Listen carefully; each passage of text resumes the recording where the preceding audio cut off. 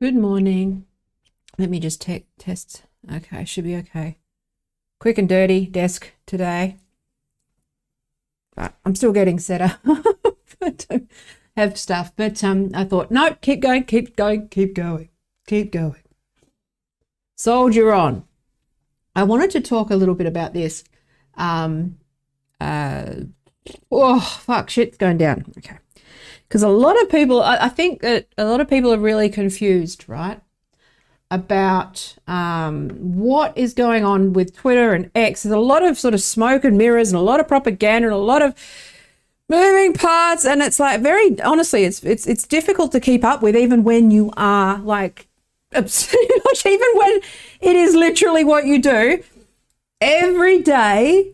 Like something just shifts and moves, and like most of what's going on requires like immense amounts of time and like effort. Like I spent like, something as simple as hiding your check mark on Twitter, you've got to go through and like, because there's not a lot of information, a lot of people who are sort of working, following this sort of Twitter X, whatever the fuck X thing that's sort of unfolding, you have to break it up into small pieces because there's just a lot of stuff. But a lot of people are just going with like whatever narrative is happening, and people are just going along with whatever, right? So hello, I am, hi Sky, hi Matt, I can see you.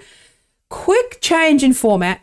Again, I think I've said this a few times, but I have observed that when my streams don't have the chats popping up and when I'm not sort of distracted by chats, I get to my point better.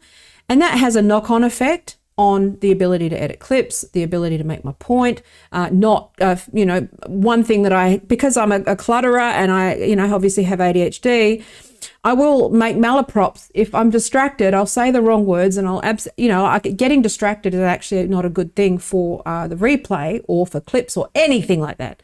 So as much as I appreciate people chatting and bantering and all that sort of stuff, I can't look at it. And also, dudes arguing with me in the chat. That's just, not Matt, but like, not people, but like people arguing with me in the chat, that's unpleasant for other people, right?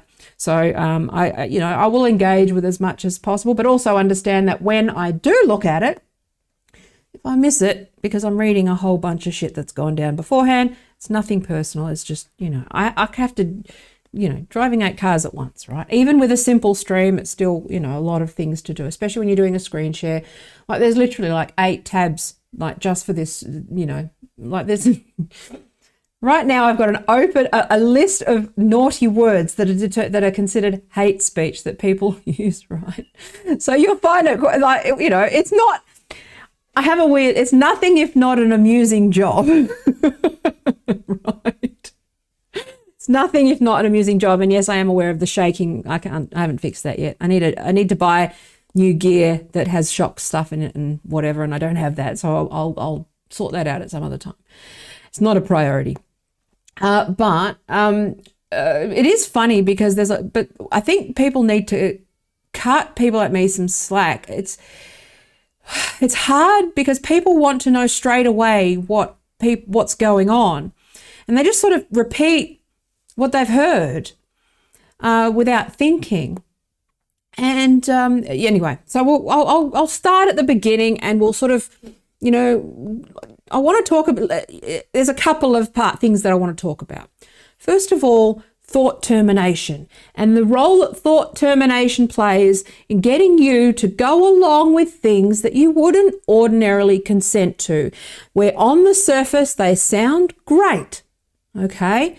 On the surface, this is Animal Farm 101. It's like this is what Orwell talked about with, a lot of, if you talk about George Orwell, if you know your 1984 or Animal Farm or any of his writing, a lot of it was around language and around how, the trickery of language that authoritarians use, okay? I think being alert to that kind of thing is really critical at the moment, especially because we're seeing that sort of rise, right? Now, what we're seeing is also pushback. But the problem is that the people that are pushing back are unlikely bedfellows or strange bedfellows, right?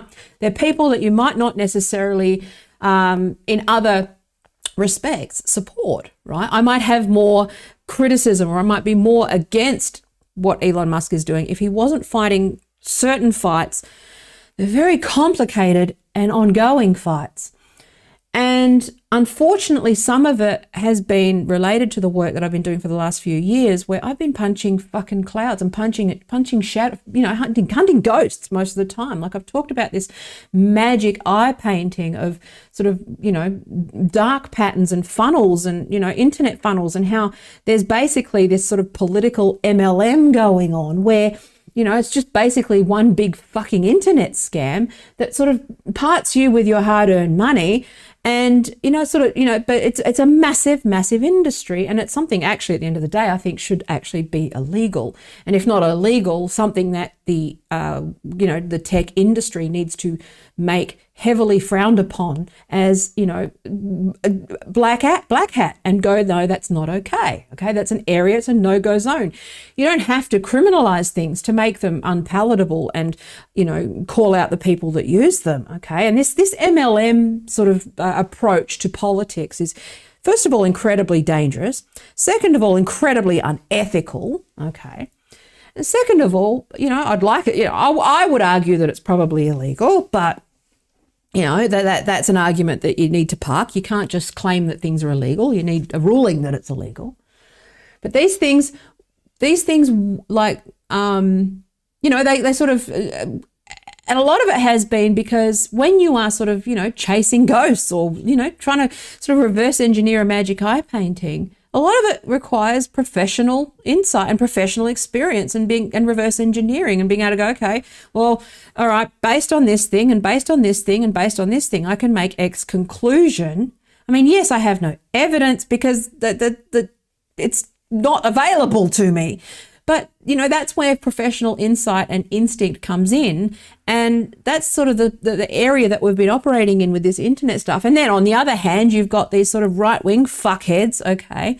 These people that are just, one of the accounts that I follow who are actually, they're a really good source of information. in terms of the actual facts, right? They're a really good source of information when it comes to the facts. But their take is, they're the Marxist Democrats, or it's like some of these things, like because they've got the motivation, got the shared enemy and the shared problem, but their conclusions are a little off. Okay, this is the difference between someone with experience and someone with that tends to be a little more conspiratorial, and that's sort of the difference. Like I've said, like QAnon is international relations without the without the textbooks and shit, with the crazy shit, right? It takes a turn into conspiracy theory rather than an analysis of power from the ground up. It's not a conspiracy. It's just interests and how capitalism operates, right? And how we work to how things work. And so that's the thing, right? It's the same thing with this internet stuff. There's how the internet works. And a lot of, and the problem I think with a lot of it is that a lot of the sort of right-wing quotation grifter types and the IDW types and all that stuff. I think the thing that tweaked me early on to this these gurus of every time I'd mentioned sort of bots and troll farms and PR agencies and fake traffic and fake followers and bought likes and that sort of stuff, they'd sort of scurry and nobody. It's like that thing where you pay attention to what people are afraid to talk about or mention. And it's like no one would throw the first punch when it came to that. Every time I brought up astroturfing or brought up fake likes or followers or, that sort of stuff, nobody would want to be seen to be attached to it. And then once I went into their accounts, I noticed that they actually also had a large portion of fake traffic, right? So, but yeah, technically speaking, right? Yeah, Matt, okay, I did see this, Matt, that the internet does run on duct tape. And also this is why I think what I fall under, and this is why, I have actually, full disclosure, I felt moved to apply to work at X because in their threat, their threat area. Okay, I'm thinking of applying there. My problem is that I don't have a formal training in cybersecurity, right? So I kind of straddle various things, but I have, full disclosure, applied for that. Part of my content is obviously showing that I know stuff, that what I could do with internal information, there is a strategic aspect to that, but I also care about it. And the reason why I wanted to talk about this today was that this is what moved me to apply at Twitter. Like I initially applied at Trust and Safety and then LLF and all that sort of stuff. But I think you need to understand what's sort of moving in the background. And the problem, and I've talked about this a few times, the problem with cybersecurity in particular and attack vectors in particular, it's like Fight Club, okay? Rule number 1 is don't talk about attack vectors and don't, because you make yourself vulnerable, okay? Never make yourself vulnerable to attack on the internet in any way, because bad guys will find a way in. Okay, that's the thing about, especially when it comes to people, which is the whole social engineering part. Like the biggest problem with cybersecurity is the people stuff and people's vulnerabilities and people being. But the internet is basically whack-a-scam. Figure out a whack-a-mole where the scammers are at. They'll roll a new scam, like you'll see with AI, right? You'll see that there's these new scams where they're just generating content with AI and the TikTok videos with fake podcasts and that sort of stuff. Like I'll talk about that another time. But so there's always a new way to do things. There's always a new grift. There's always a new scam. But sometimes, and I've decided to zoom out and look at the tactics of that, which is the social part of those sort of multi-level marketing that has been attached to politics. Okay, and so what a lot of this stuff is basically tax avoidance. Okay, a lot of this stuff is just telling people that these things exist so that they're not parted with their hard-earned money when these organizations that are claiming to fight hate or something that you care about, okay, whatever the issue you care about, they're taking your hard-earned money whilst taking money from sort of billionaires and shit. Okay, they're being funded. So I'm more concerned with the funnel that rips people off and lies to people using thought terminating cliches and other kinds of propaganda to get you to think, to, feel a valid feeling and a valid concern around harassment online. Everyone has a family member or friend or cousin, or many of them, who've gone down this rabbit hole, right, online, and they're not okay. There's this sort of thing. But that is also used as a way to to separate you from your money that most people can't afford at the moment, especially with inflation. And one of those things that they do is whip you up into a state of fear. Okay. So what they do is they create the threat, but then they sell you the solution to the threat. So that's something that obviously that's an advertising technique, right? That's a strategy from advertising, which is invent a problem and then sell you the solution to the problem. That's what fucking American capitalism in particular. Create the fear and then sell them the thing that, makes them feel better. But it's not the real solution, because the problem was overinflated in the first place. Okay. Let me just quickly adjust this. 1 second. Not happy with it. Let's go back. That'll do. It's a bit better. Okay. Sorry. I'm still learning to work with the natural light that's in my office, and it's a bit this is like a pared down version.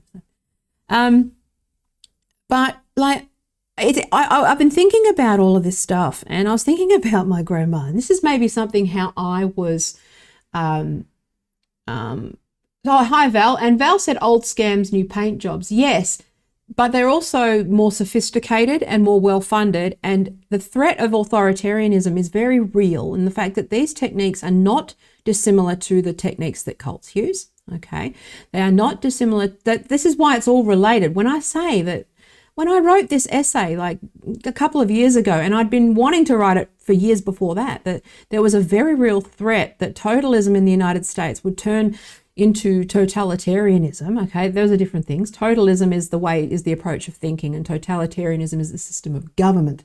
Okay, but this totalistic thinking, which is basically cult-like, it's the same technique that, obviously that cults use, that scammers use, that radicalizers use, that ISIS use, the Democrats use, the Republicans use, marketers use, advertisers use. So that's why focusing on some of those granular tactics is really important, because they're the same thing. And this is the thing where I keep coming back to basic sort of media literacy and critical thinking and civic literacy and all that sort of stuff. But they're very, very important things, because they're getting very sophisticated. People that I know who are otherwise very intelligent, they know how politics works. They know a lot more than other people. They even work in cybersecurity, or they work in IT, and they still fall for certain things that's still in their blind spot, which is these organizations like the CCDH, okay, who unless you've been tracking them, they are extremely concerning. They are their methodology is extremely flawed. Okay, and they partner with various organizations whose job it is to spread propaganda. Okay, now one thing you'll find is that CCDH partner with Media Matters. Media Matters are the organization who basically just create lie clips about various people. Like they've done most recently done they basically do hit campaigns against people like Joe Rogan, for example, was one of the people that they just taken out of clip context. I've talked about Media Matters and the sort of the way that they the way that they campaign before. I've shown you. I haven't done it on a stream, but I have shown the network mapping and how they will launder it, promote it through bots, push it through a couple of anonymous accounts to sort of your VIPs and through these engagement pods, and then make it viral. So I can see how they're doing it, because again, not an idiot, know how digital strategy works and knows how to hide in, I know how these things work.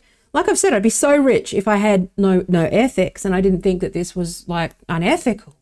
And I think that they believe that they're doing the right thing. And that's the problem, is that, much like what I was talking about in the last stream about sort of righteousness and what it does to you, is that righteousness terminates your thought, because, and these blind spots are, these biases are very, very powerful.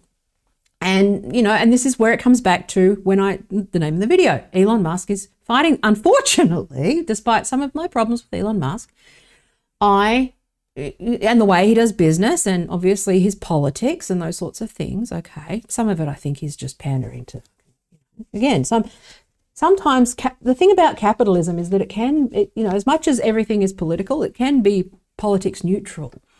Profit is neutral. It doesn't have ethics. Same thing with, that's the thing about the law as well, in theory, which is that the law is not necessarily ethical. The law is the law. And that's why I can argue, I think, whether there is, and there's a certain framework, and it's an evolving thing, and it's about interpretation and obviously critical theory, approach to law, and things like The Voice and the Mabo decision, all those things, like rethinking the law is a big part of that process. But that process in itself isn't necessarily about ethics. It's about what's legal. They're different things. Okay. So, but I just wanted to emphasize that sometimes people can just be talking about their discipline in a way without politics. Now, the problem with American media in particular is that they found, I think that this is a big problem, okay, which is that, this idea that, everything, the politics is, the personal is political, okay. Now that is a, second wave feminist idea, which is that, what happens in the home is, can be broadly extrapolated to public life, and what is personal, and that, there's history there. But the political isn't always personal. Yes, it can affect you, but it is also something that is just, they're different things, they're different beasts, they're different disciplines, different lenses in which to look at things now. So, and you'll notice that I flick between, like I'm actually going to sit here and talk about my last stream, I said, gender criticals online are engaging in hate speech, okay? I've said that in the last stream, and I can articulate why. Okay, because I generally believe in the legal definition of hate speech, okay? Now, that's a vague term. The devil's in the details, and this is what I'm talking about here. Because the Centre for Countering whatever the fuck, I can't remember, CCDH, right? So many acronyms. First of all, be suspicious of every acronym you ever encounter, because usually acronyms are designed to conceal information to begin with, okay? And jargon. So jargon by its very nature is exclusionary in its language. So if you use jargon to be inclusive, you're fucking being a hypocrite. But anyway, that's a whole other point. Anyway, jargon by its nature, and that includes acronyms, right, is exclusionary. So that's why you should be using things in plain language that anyone can understand. Not making people sign things that they don't understand, not using words that people don't understand, and trying very hard to, explain things in ways that like your everyday person can understand it. The law stands to the reasonable person test and all those various things, and there is a big push for no legalese, right? But yeah, so, I think that there's those people who are raised, like I was thinking about my grandma, like I mentioned this, I think last week with Paul, we were just sitting there and I said, because him and I were raised very similar, and my grandma used to have some of these like sayings that just became sort of rules of thumb for me when I was growing up. And one of them, and I know other people have said this before, but she just used to say it like it was profound. You know how your grandma repeats a common phrase and it's profound, so you go, oh, that was one of my grandma's sayings, which is, never trust a man who says, trust me, was the first one, okay?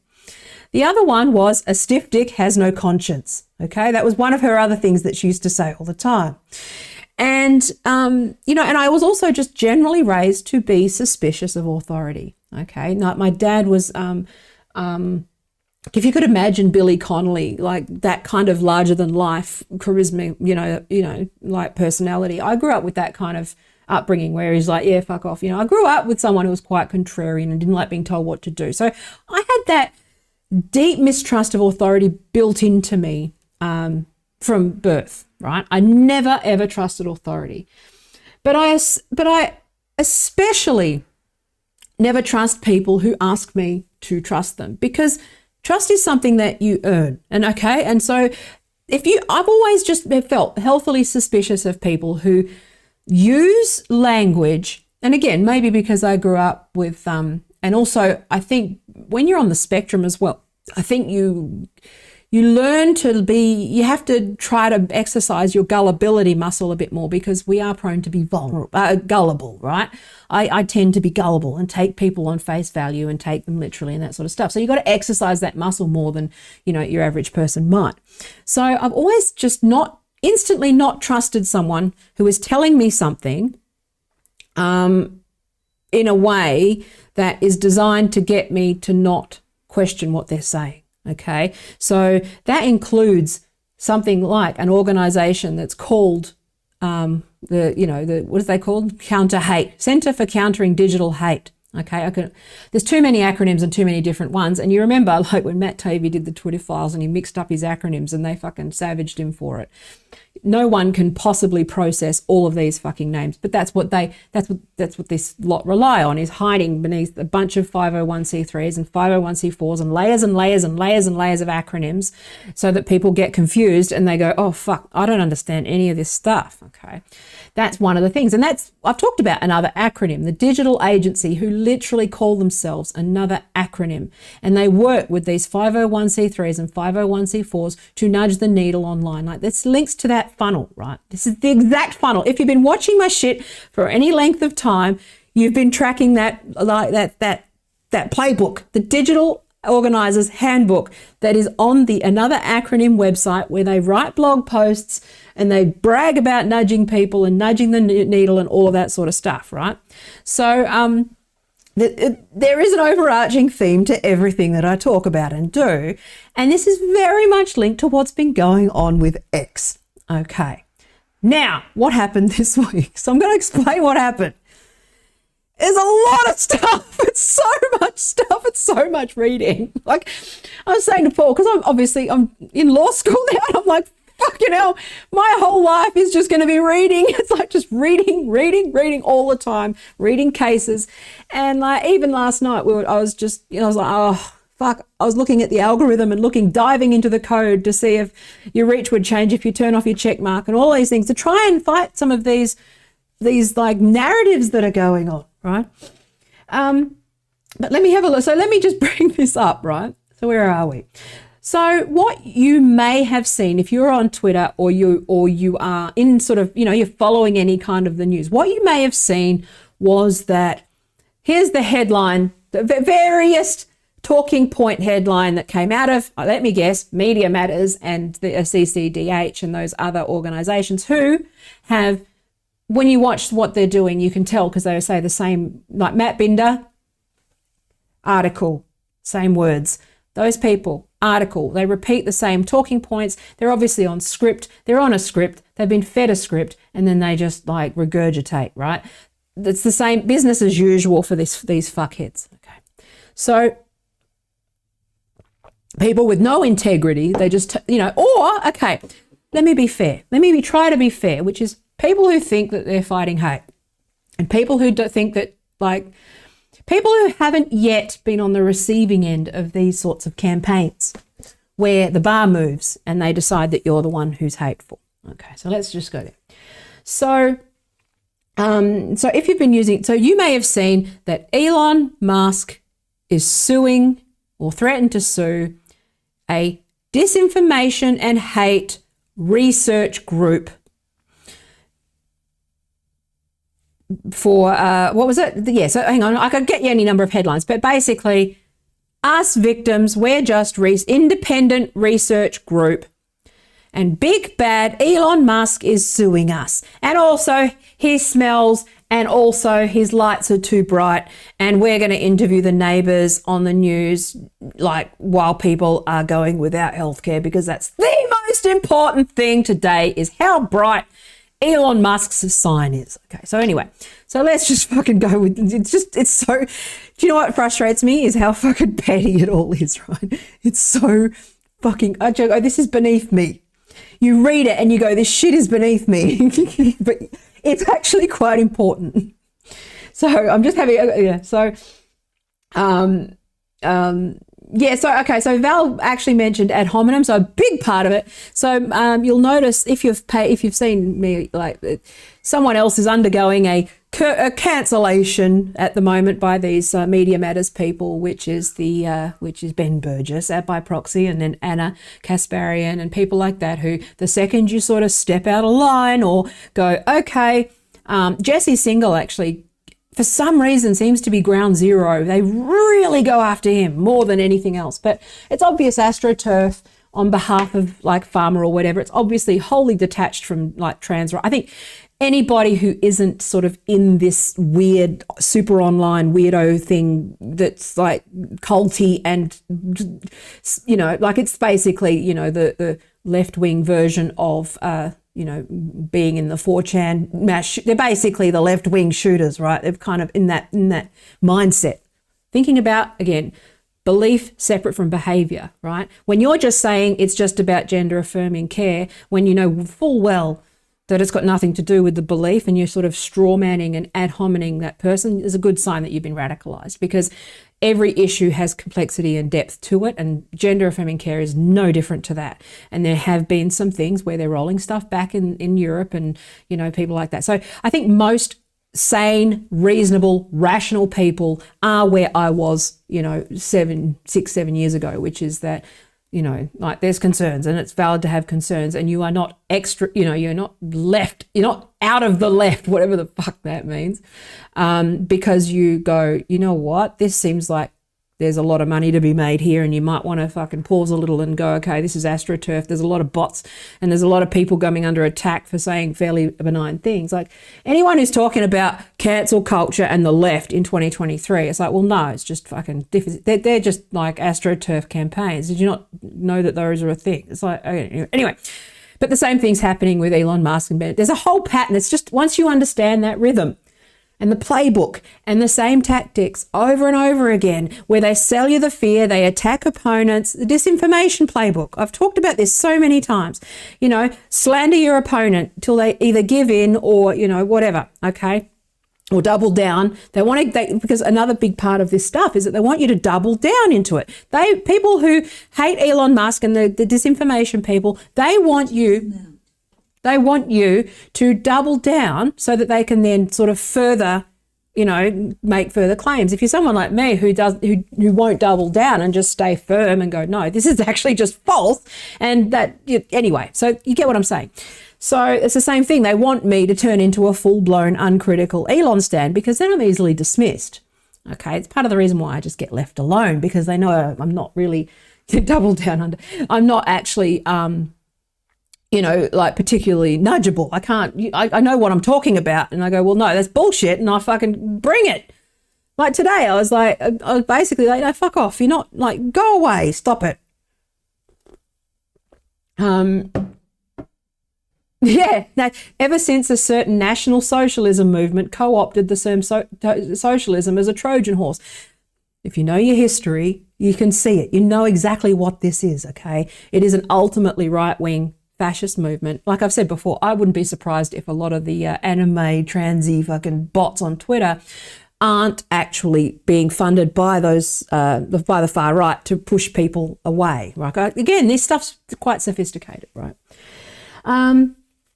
But anyway, basically, I think that if you've been following my stuff for a long time, okay, you know that I'm surprised that people who have been following me for a long time, I mean, you don't watch my shit, but I'm saying, and I also haven't been able to write as much as I would like. I really need to start just writing shit down.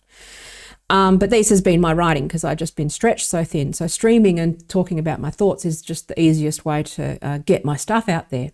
And every time I do, it gets fucking stolen anyway by dickheads. But anyway, moving on.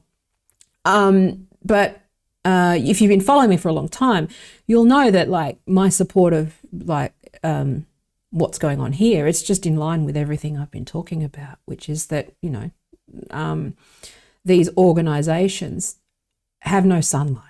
Okay, it's not clear who they are. And I've always said that these the big thing for me was I can see how setting up a digital agency as an LLC that has several clients on the books that can be a mechanism for laundering money. And these 501c3s can launder money as well because they use DAFs, okay, which is the Donor Assisted Fund. Again, I'm not good with acronyms. I know what things are, but I always have to look at what they are because there's just so many acronyms, okay. But they use these sort of tax loopholes and tax things to conceal where money is coming from, okay? And so a big part of this stuff is actually going, you know what? They're not actually changing anything. They're just taking money from people. And they're just tax write-offs and not doing anything. And it's just a way of hiding money. And so it was just funny. So anyway, so basically you'll see Elon Musk is suing poor, innocent disinformation researchers. Okay, so my thing is always, okay, so what's your methodology? What do you mean by disinformation? Okay, I agree. Why are you terminating my thought? Why can't I ask what your methodology is? Turf! That shit, okay? Hates. And then they go for ad hominem because they can't answer the question. Because their methodology, when it has sunlight on it, shows that fairly benign swearing is actually considered hate speech. Okay, so that's one thing. But also, like, what do you mean by disinformation? Disinformation means anything that it's a very broad thing. Like, disinformation has a definition, but it hides behind anything that is a matter of opinion or debate that is not, in line with what corporate interests or various, political actors want out there. I would argue that, the GOP is like its own, again, the interests of America is the broad interest, okay? The interests of America and global corporations and the, military industrial complex, all your old propaganda model theory is that it's just for product, it's just profit. Like, there's people, it's like, it's just business. It isn't personal, it's just business. And that is basically what it is. The problem is that it is fucking personal and it is actually hurting people and they don't give a shit. Okay, it is just ones and zeros, it is just numbers, and it is just pure fucking numbers. Unfortunately, in Elon Musk's relentless pursuit of profit, he's also, invisible hand, stumbled on doing the right thing in this instance, which is, because it is actually a lot of this stuff is funded by his competitors, and it is a lot of it is pretty dodgy shit, right? And so if it comes to light and we accidentally find out things that are in the public interest, then that's a good thing and I support it. Okay. Not sure if that came out clearly, but anyway, so you will have, right? So this is the thing that Linda Yaccarino said, right? And posted, okay, which is protecting the public's right to free expression. So this is probably the level that you've probably looked at. Right. Or you've read a thing that's like Elon Musk is suing, you've seen the letter that Elon Musk is suing our poor organization. Okay. So on X, people are free to be their true selves. We believe people of all backgrounds and beliefs should have the right to freely express themselves so long as they do so within the bounds of the law, which is what I agree with as well. Okay. Now that, again, has stuff underneath it. Which law, what's the process? What are the details? What's your methodology? All that sort of stuff. But, Twitter/X, they also have a corporate interest, and that corporate interest overrides any ethical one, which is that even if it's legal, like YouTube do this with copyright, which is that like YouTube, fair use, okay? With fair use in YouTube, you could be doing something that is fair use, okay? And people are abusing the copyright law and giving you a copyright strike on something that is clearly fair use, right? But YouTube have decided that they're not the arbiters of that, okay? Because they're not your lawyer and they're not the judge, okay? So what they say is, you sort it out with them directly, okay? So they will facilitate it, right? They're not going to make a judgment. The problem is obviously that there is a massive imbalance of power there because most ordinary small creators make 3 cents a year and, Warner Brothers and the Daily Wire and, people like that have a lot more resources to fight in court. Like, the law is often a lot to do with access, right? And so when I'm talking about the law, I'm always talking about it in its ideal state, and I am always acknowledging the fact that access is a big problem. Access to legal representation and, a clearer and more and swifter and quicker process.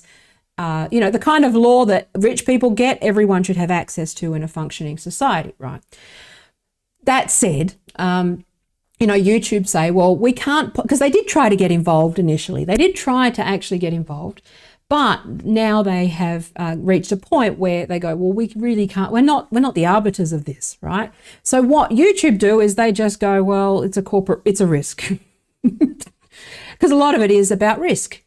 And so where the Centre for Countering Digital Hate fall in is in the cracks, because they're actually campaigning and making people get spooked, okay? So they're spooking advertisers, right? So one thing you'll see at the moment with the campaign with the Centre for Digital Hate, Centre for Countering Digital Hate, is that they they'll talk to a brand manager and they'll go, yeah, we were shown things of our stuff being shown alongside Nazi stuff. And so they're the people doing that. So basically, they're just basically massive fucking snitches, okay? So that's their job, is to snitch, okay? But that's like snitches, I'm not going to say get stitches because that's violent, but you get what I'm saying, right? They'd probably define me saying snitches get stitches as incitement to violence. That's how fucking insane they are, okay? The context doesn't matter. The fact that it's a common phrase doesn't matter. It strips it of context, searches those words, and then says, there's lots of those. Okay, with no context, which is that people who'd been banned from Twitter were coming back. They were trying their luck. They were saying stuff that they got banned for. It's a lot more complicated than that. Also, they were saying that they were new followers when they were just reinstated. So people who are like, if you were banning followers of Marjorie Taylor Greene, okay, and then they'd say, or James Lindsay, for example. I don't endorse any of their behaviour, by the way, but I'm just saying this is how it works, which was that James Lindsay was banned, as was a bunch of others who were associated with him. That follow count drops if they're, and then when they're reinstated, the follow count goes up. So they doctored the numbers to make it look like they'd gotten new followers when really they were just the associated counts being reinstated. Those kinds of little fucking statistical tricks that they've been doing, right? So anyway, so that's the slippery shit that they do. Also, including the word cunt as hate speech, which accounted for a large number of, the vast majority of words were things like cunt, okay, fag, things that people say in different contexts to mean different things. And in Australian law, context is when you're talking about within the bounds of the law, you're talking about a strict legal thing in Australia. Yes, I did say in the last stream that swearing in public is technically illegal, but, the High Court also ruled that context matters. The fact, if it's political speech, that's a very different thing. Like one famous case around swearing in public with Australia is the fact that someone was swearing at police, okay? And there was a back and forth and an argument back and forth about whether swearing at police constitutes political speech. Like that's one of our landmark cases. There's rulings on these things. It's settled in many ways, right? So the problem with a lot of these countering for digital hate is that they've just arbitrarily decided what hate means. They've done it in a way that is extremely broad. They are not transparent with their methodology. They are lobbying tech companies and making claims, and then any kind of scrutiny, and they just accuse you of being like hateful or, alt-right or, all that sort of stuff. And then that Media Matters, if you're a public figure, Media Matters will build their little propaganda machine to destroy you. Like that's what they're doing. Like that's that whole machine. And then they'll just do all these digital campaigns. And really at the end of the day, all you end up with, where are we? Where's that? Where is it? This. All you end up with is going this. Donate now. Elon Musk is suing CCDH for exposing hate on Twitter. It's a move straight out of the authoritarian handbook. See the opposite land. Did I literally just tell you that was a hand to try and silence us and our work? Will you donate today and help us fight back? Okay, so that donate now. And guess what?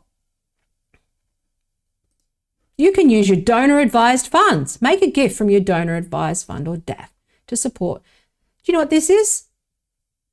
This is where rich people can park their money, get an instant tax write-off, and it gets held in trust and allocated for various purposes. And guess what? The thing about DAFs, they don't actually have to hold money. They can hold assets, so they can hold property, paintings, physical goods, anything, crypto, anything like that, right? And they're going, we can't afford lawyers. This is what I'm saying. Like, don't you give them money.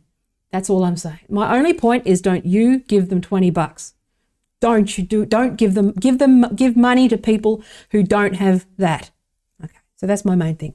So basically, but that's the thing that this lawsuit will reveal is who's supporting who. Yeah, it's just one of those fight now. It's basically the same I've talked about how Nancy Pelosi's emails and Donald Trump's emails and Kamala Harris's emails, they are absolutely identical when you zoom out from again, cults are not about belief. They are about behavior, okay? It's not about the ideas or the content. It's about the tactics that they use. Trump, Pelosi, Kamala Harris, the Democrats, these fucking, 501c4s, 501c3s, these digital agencies, these not-for-profit researchers who have no peer-reviewed research that I can find on Google Scholar. Go to Google Scholar, see if they actually have done some peer-reviewed research. You can't find any, okay? They have a lot of glossy brochures, no research, okay? But those are identical in the way that they look and the tactics that they use. Okay, so what it is Nancy Pelosi is coming to get you. Donald Trump is coming to get you. Now that he's been indicted, you wait, watch. Go and look up the emails if you can. Okay, they're coming to get you. I need money to fight this thing. Here's my legal fund. Donate now. Also, if you happen to be a billionaire, here's our DAF that you can give money to. Let the billionaires do it. Let the rich people give like that. But basically the way that DAFs work is that you give, so let's say I've got too much money. I'm going to pay too much tax. I've got this really horrible problem of too much tax to pay. How do I siphon that off so that children can't get like decent books at school, but I can somehow convince the public that I'm funding schools? Okay. No, I won't pay tax because I can't exercise power then. What I will do, I can't exercise my worldview then. What I will do is I will give my money to this DAF. DAFs are different to a foundation. So they're like a foundation, but they don't have the overhead of a foundation. Okay, so foundations usually have staff and all that sort of stuff. DAF is foundation as a service, okay, where you just go and give them your money. And again, I'm being obviously oversimplistic. This is not legal or accounting advice, but a DAF, I've got too much money. I have a $2 million painting that is about to get, I'm going to get hit with capital gains because it's like increased in value and I want to sell, blah, blah, blah. I can gift that asset to a certain organization, but the organization doesn't get the money yet. You're only required to give them 5% per year. I think you don't have to give them like the 100% donation. It's held for them that you can then approve and deny. So they go, so they've got, they have to ask for the money and you go, do I want to still give you that money now? It's not just a donation, it's held for you on your behalf and you get an instant tax write-off for the full amount. But they get maybe a few, they get a small amount of that money if they're lucky. But every time they want to sort of get that money, it's a case-by-case thing, project per project thing, where, that you get to decide what they spend their money on. Okay. So, this is like, it's billionaire philanthropy as a service for rich people, right? But it also, you have to remember, it's not just cash. It's not just that. It's assets. So if any kind of asset that might attract capital gains, you can park it into a DAF and you can actually sort of launder like all these sorts of money. It's all just tax avoidance. So any organization that is supported, that, and again, the problem with a not-for-profit, like even I've sat there and I've gone, well, should I just set up a charity and just take that money? And go, fuck it, I'll take DAF money and just say the words and do the work. There's a lot of not-for-profits who just say the words and will do the work, okay? Because they know that that's part of the deal. That's that ESG thing where you just, you make the brochure and you say you're doing the thing, but you're not really doing the thing, but that's just how things work. You got to say the line, like what are your strengths and weaknesses at a job interview? Oh, well, my strengths are that I work too much and need to be told when to stop working. And my weaknesses, my strengths are that I'm too honest. My weaknesses are that I work too hard and I have trouble.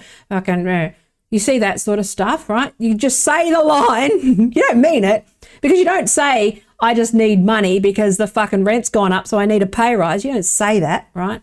It's the thing. It's one of those unspoken things. It's the same thing like any not-for-profit or charity is under a barrel with this stuff because all of their funding is conditional.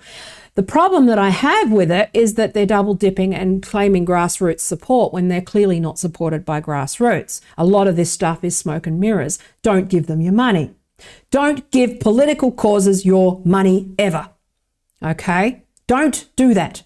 Don't give crowdfunding. Don't give anyone, any activist that is like at a certain level, and I'm talking about fucking Kelly J. Keane or anyone like that. And unless there is a specific case, I'd say that like someone like Maya Forstater or someone like that who, or someone who is, actually does need to fight a case. There's obviously exceptions and it's hard to tell, but do your due diligence and check to see if they're being sponsored by certain foundations and certain interests in the courts, because, that's a way of sort of like laundering their money, right?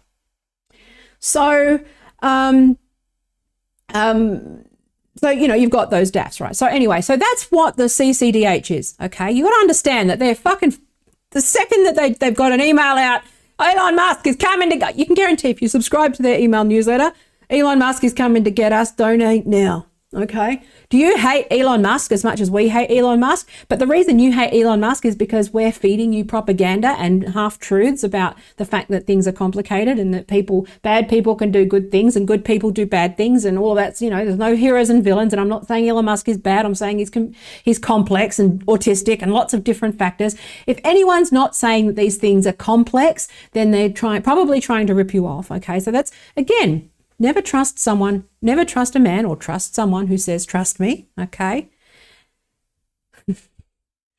And a stiff cock has no conscience, okay? That analogy can apply to anyone where there is a financial imperative or they need to close a deal, right? Those two rules work really well to keep you critical thinking. If they're demanding you trust them without follow-up, don't trust it. Okay, and that's not contrarian, that's not anything. That's just like, rule of thumb that's gotten me through this world. Okay, now, so despite our continued progress, the Centre for Countering Digital Hate and its backers have been actively working to assert false and misleading claims. So that language is quite deliberate, okay, so it's legal language. So false and misleading claims encouraging advertisers to pause investment on the platform X, okay? And that is true. They have actually been doing that. I've seen the brochures and the research where they're just doing screen caps of, they're basically dibber-dobbers. Fucking dobbers wear nappies, motherfucker. Imagine, there's fucking hall monitors, my God. Your ad appeared next to this fucking tweet. And they're making money from Andrew Tate's tweets. So, you're making money from this shit. What are you talking about? Anyway, I haven't put a compressor. Hopefully that yelling is not like too bad. Okay. So I've got to remember that I haven't done the sound properly because my 14-year-old nicked my headphones and he took it to his dad's and I don't have any fucking headphones even though I have headphones. Children. Anyway, he just took them. Anyway. Without asking, they're mine now. That's what they do now. Oh, yeah. Has Mum got something cool? Oh, well, I suppose that's mine. Yoink. Fucking children. Anyway. His answer when I said, where are they? He goes, I don't have any. Okay, then ask me for headphones. It's not an answer. Anyway, through the CCDH scare campaign and its ongoing pressure on brands to prevent the public's access to free expression, the CCDH is actively working to prevent public dialogue. Now, that's part of, that's a lot of things, but basically, it's a lot of stuff. Right. I'm not going to go into the legal details, but recently Brandwatch made X aware that the CCDH gained access to X's data without Brandwatch's authorization. So Brandwatch is somebody who has Firehose access. I've talked about Firehose access before. And this is when we talked about the Twitter API changes, this is the stuff that I was talking about where you can pull all of the stuff from Twitter, and that was being abused by various organizations. That's, the CCDH were using Brandwatch's access to like do this research, right? Rather than going and getting Firehose access themselves, which would have scrutiny attached to it, they were abusing brand watchers because obviously I imagine that, again, I don't know when, I haven't actually looked at the dates, but I imagine that the CCDH research, right, if they were doing that, they would have been cut off anyway because it was against the terms of service. So they were using stuff. So anyway, so the Bloomberg article contained metrics used out of context to make unsubstantiated assertions about X. Additionally, the CCDH has recently scraped X's platform, which is a violation of our terms of service. Okay, so some of this stuff is, again, some of this could be, I've seen some people saying that it's a SLAPP suit, which is basically, you know, SLAPP law, which is that you can't sue journalists for, you know, blah, blah, blah. It's a grey area. Okay, this is something that's going to be tested in court. Okay. But that's why, what's really interesting is the info. Usually I think what I found with a lot of Elon Musk, this is one of the misunderstandings, I think. What I found, especially with Alex Spiro's, like, he's very clever, like lawyer. As a lawyer, he's very clever. But what he does is he has the resources to lose. What you need to understand is that Elon Musk has the resources to lose things. But what he's looking at is what comes out as a result of that, because in America, all of these things are made public. Unless you seal the order, unless you seal the stuff, it's all, I mean, America, I've got a lot of, you know, America is extremely, extremely out in the open, you know, for the, I mean, obviously, but part of the reason why they got to do so much dodgy shit is because they got to get around this sort of baseline level of transparency that we don't really have here. Like you have to do FOI requests and all that sort of stuff to get access to the kind of information that is just publicly available in a lot of American lawsuits, right? So basically that what you're doing is through the discovery process, right? Which is, I imagine that's where this is. But through the discovery process, you can subpoena all of the information that you need to determine whether you want to take them to court. Now, obviously, since then, it's taken them to court. And there's a, you know, they've filed in court. But, you know, I'm saying the process is roughly like, but it's more about what information becomes available and comes to light through this. Because they know the journalists are on it. This is somewhat of an information battle and a transparency thing rather than necessarily the letter of the law. Now, I've seen people saying it's SLAPP suit. I've seen people saying that it's, you know, like the law is thin on it. Like, and also the usual, I thought you were free speech. I thought you were pro free speech. Why are you suing for defamation? That's because defamation isn't free speech, fuckface. You know, that sort of stuff, right? You know, but you'll see the narrative stuff. But really what's coming out, what's really interesting is that this, right? So this is where, that's why X has filed a legal claim against the CCDH and its backers. Okay, so this is the thing. So he's suing their backers.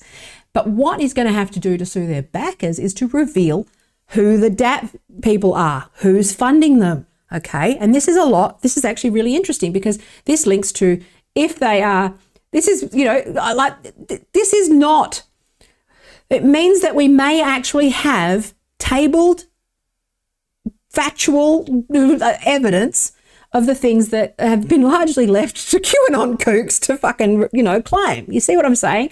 So it actually provides something to work with in terms of the information, in terms of these organizations and these scams.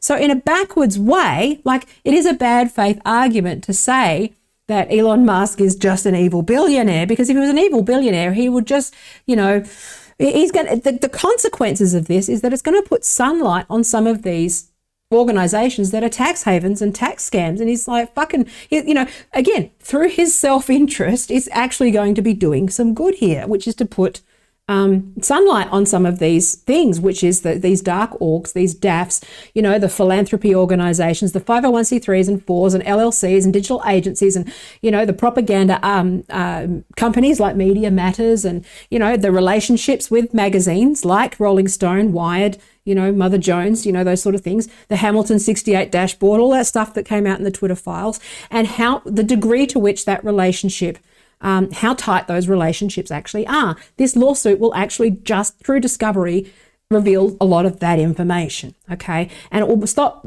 it looking like people like me are crazy and fighting, fucking punching air, because we go, no, I know what they're doing because I know what I'd do if I had no ethics, and I know my industry, and I know how this stuff works, and I know how I could do it and make a lot of money.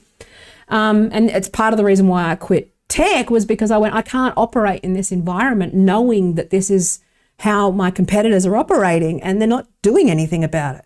Fake traffic, astroturfing, black hat tactics, being considered like the norm. Like the fact that I'm in an industry where that's normalized, like the tech industry and the web industry and the digital agency sort of industry is a lot like the legal industry. You've got your sort of Saul Goodmans, who are sort of complicated good guys versus bad guys versus, you've got, ambulance chasers who are scammers, and, then you've got civil rights lawyers and corporate lawyers, all those things. I'm not making absolutes, but there comes a point where a whole profession, like journalists, is considered, like, I can't actually, even now, I could not ever consider calling myself a journalist in the current landscape. Like it's so bad that it's a step down in terms of your reputation to call yourself anything like that, right? But what this case is doing is putting sunlight on some of this stuff, and I don't care about the case. So the legality of the case, I'd say, is probably going to go under slap, right? Probably. But he's got the resources to lose. Remember, Elon Musk has the resources to lose in a case. Okay. So he's sort of, again, he has the resources to lose, but the law gets clarified along the way because we need the test cases on these things. Okay. What we need is the test cases constantly, that we need the precedent. You need the precedent. Okay. I have to emphasize how much watching, because you can't fight these things without a precedent. You need to be able to state your case. And it's forming, it's building, it's slowly building, okay? And that's why when I defend it, I'm cheering on the fact that precedent's being created in the United States and in the EU, and I'll get to that in a minute, through the Digital Services Act. They're closing in on these dark patterns. They're closing in on the thing I give a shit about. Okay. And that's the thing where it's like they're actually looking at criminalizing dark patterns in the EU with the digital, and making it like, I think there's been a 300 euro fine for someone lost a case, 300 euro fine for a company that was using dark patterns. Do you see how this all sort of, where I'm studying law and it all sort of starts to come together, which is I go, this is just such a big gap. And it's like, this is why I will go, thank you, Elon Musk, for accidentally falling on the right thing. Again, I applied to work at X.com, okay? At the X.com. I applied to work there. I'd love to work there. I think, the thing that I was like, I want to work in their legal department somehow, or in their threat assessment or whatever, the disinformation, whatever team they want, right? Wherever they think I'd fit, I want to be there. For this, because I want to be able to help them identify some of those gaps where they might actually be able to fight the suits that matter. And so do you see how it all works, right? Okay. It's like, I'm not crazy. This has just been a decade of work on my part where it's all fucking, I might actually have some documentation, and a lot of that documentation is coming to light. Now, but, you can just say that I'm a TERF and alt-right if you like. You can just do that. But I think most people just go, what are you fucking talking about, you idiot?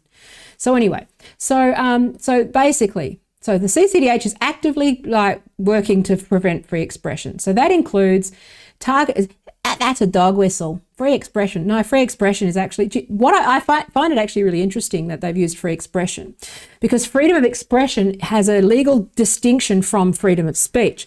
In Australia, we have freedom of expression freedom of political expression, and also, like I said, that nuance, right? They've modified their language. It's not free speech as narrowly defined by the US. It's freedom of expression, and those are different concepts, related but different. I mean, maybe I'm biased because I think Australia is relatively, some would argue authoritarian, but I did explain how laws work in Australia versus, it's about having those things in place. The default is that you are free. The default is that you are not breaking the law, okay? And the laws exist to plug exceptions where, they're fuckwits, okay? You're being a fuckwit. Here's the law that we can stop you being a fuckwit. It's a different approach, right? It's more of a forgiveness, not permission approach. approach to law rather than prescriptive, like, here's what you can do. It's more of it's different approach. That's why, and this debate occurred around our establishment, around federation. Like, people go, oh, you don't have a Bill of Rights. It's like, yeah, we don't, but they thought about that. They actually thought that you'd find that, these debates occurred, and they actually saw what had happened in the United States, that it became sort of limiting. Like, so they ended up having to, limit, they couldn't abolish slavery. They couldn't do various things. So they deliberately left the Australian Constitution to be sort of, as broad as, so these things were quite deliberate. Okay. So, but they found that these things aren't accidental. This is just, get out of America brain, Americocentrism, okay? Because there are actually learnings from other countries, which is we don't have a Bill of Rights for a reason, because we actually decided that the Bill of Rights would actually hurt us down the road. And we're seeing that in America, like with the Second Amendment. We're seeing that now with the Second Amendment, which is they can't fucking get rid of a law that is objectively a shitty fucking law, right, that needs to go. You see what I'm saying? Like, but anyway, so that's a whole other side point. But I'm just saying, like, so the freedom of expression thing is quite deliberate. So they're obviously taking a common sense, sensible global approach to speech, which I find fabulous. Remember, they're also fighting in India right now. They're fighting the government in India on speech as well. X, that. I've got to stop with the dead naming. I'm never going to, that joke, that's a good joke. I'm sticking with it. Fuck it. Intent matters. Context matters. See what I'm saying? That'll get to my main point. So, but with the, they're fighting in India on behalf of users' right to free speech, to freedom of expression. So they're actually, I think what they're doing is they're modifying the language around these things to freedom of expression. I mean, of course, America's going to Americate, and they're going to be, misunderstand what free speech is. But for the most part, they're going with that sensible, common sense, settled idea of, freedom of expression, which has, and they're going to start fighting on that basis. So all their comms seems to be lining up around freedom of expression. Okay, so that's good. That's smart, right? So it's like, so here we go. So targeting people on all platforms who speak about issues the CCDH doesn't agree with. Yes. Okay. Attempting to coerce so they literally have named, they're so horrible and so bad faith. It's so revolting. If you have any, what they say on their website, it's technically true. Okay. And I agree with it. No one would disagree with what they're saying. But what does it mean when with hate? What does it mean with disinformation? Like, what does that mean? Okay, what the details? And I will show you the list. I found the list of words. Okay. So targeting free speech organisations by focusing on their revenue stream to remove free services for people. Okay, so this is what they claim they're doing. This is what, and they've obviously got evidence for that. And that's what I was saying before, snitching. Attempting to illegally gain unauthorised access to social media platform data and to misuse that data. Okay, so that is actually this is important legally. Now, so the Bloomberg article, Twitter, they just take this shit. So I'll skim over this, right? And I'll put links. I might actually update this description or create a blog post around this, right? Twitter's surge in harmful content, a barrier to advertiser return. So they wrote this thing, Elon Musk's Twitter acquisition, and this was just such a fucking shitty hit piece. My God. So Elon Musk's Twitter acquisition and the series of content policy changes that ensued, again, has led to a dramatic spike in hateful, violent, and inaccurate posts. Oh no. Wouldn't want them to be inaccurate on the platform. It's social media. People are dumb. Fucking snitch. Inaccurate posts. People are allowed to be wrong and inaccurate. That's what social media is. People aren't, fuck me, according to researchers. See, this is what it grinds my gears, because it's like, no, they ask people what's happening. That's a subjective viewpoint. That's always been the thing, is to share your subjective view of the world and share your point of view. That's not going to be accurate. They're not peer reviewed. Fuck off. According to researchers. That's now the top challenge for Twitter's new Chief Executive Officer, Linda Yaccarino, who has to address advertisers' concerns about the trend in order to boost revenue and pay back the company's debts. Company's debts, where you can just easily phoenix the company anyway into a different company, for example. Musk and Yaccarino, where are we? So, during Musk's, this is a big claim, during Musk's tenure, hate speech towards minority communities increased, according to the CCDH. Reports of harassment went up and extremist content spiked, according to the Anti-Defamation League, another one of those. Okay, they've been caught lying several times. Okay, so, and COVID-19 misinformation rose, according to Media Matters. So these guys all work together. They have the same funding, the same funnel. They work together. They coordinate. Okay, they have troll farms. They have engagement pods. I've been invited to some of them. And they run disinformation campaigns like this. And then they work with various media, such as Bloomberg, to spread things and put thought termination in here where you read it and you go, wow, that sounds true. Okay, what does reports of harassment mean? Reports of harassment, okay, so does that mean that, okay, anyway. So when you actually go, okay, what do they mean by that? Reports of harassment, who reported it? Where's the study? Where's the research? Are you talking about the mass reporting campaigns, that the numbers that were reported? What are you talking about there? Quantify it. And then I did actually look at the way they quantify things. So Twitter, after reviewing the research report, said many of the harmful pieces of content, has since been evaluated and addressed. Loaded language, look it up. This is very loaded. Have since been evaluated and addressed, which they have, in some cases through labeling, downranking, or removing the post, which they have. Okay. I've actually A/B tested this myself, whereas if you use certain words, you get like certain views. If you don't, you use, like that is working as designed. I have also poured through the algorithm code and it's there. What do you want? Like it's in the code. I've seen the code. It's abusive. Okay, it's deranked. If it's reported, you get, see, one of the problems is with the Twitter algorithm is that if you get reported and you happen to be, like me, a victim of mass reporting, it gives you a negative 3,000% penalty on any reach that you get. So if someone's just, again, hammering it with mass reports, you've got no chance, right? That's what's been going on with me for years. So anyway, so after this story's publication, Yaccarino tweeted, incorrect, misleading, and outdated, which is correct. Okay.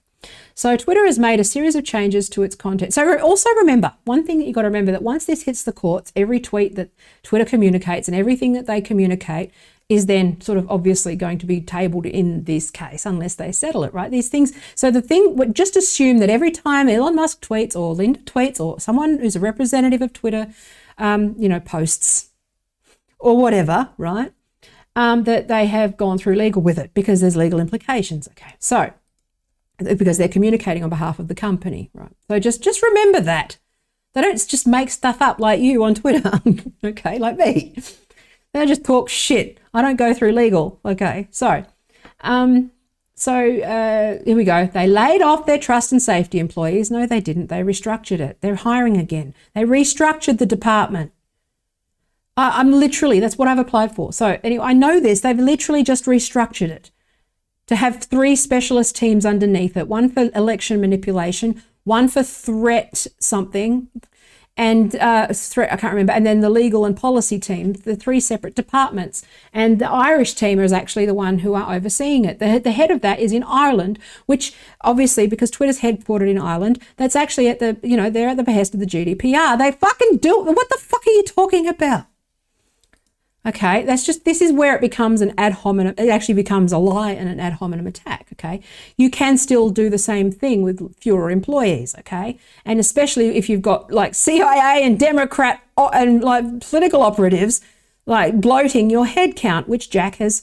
And again, I will emphasize, Jack Dorsey is still invested in X. He's still a large shareholder in the company.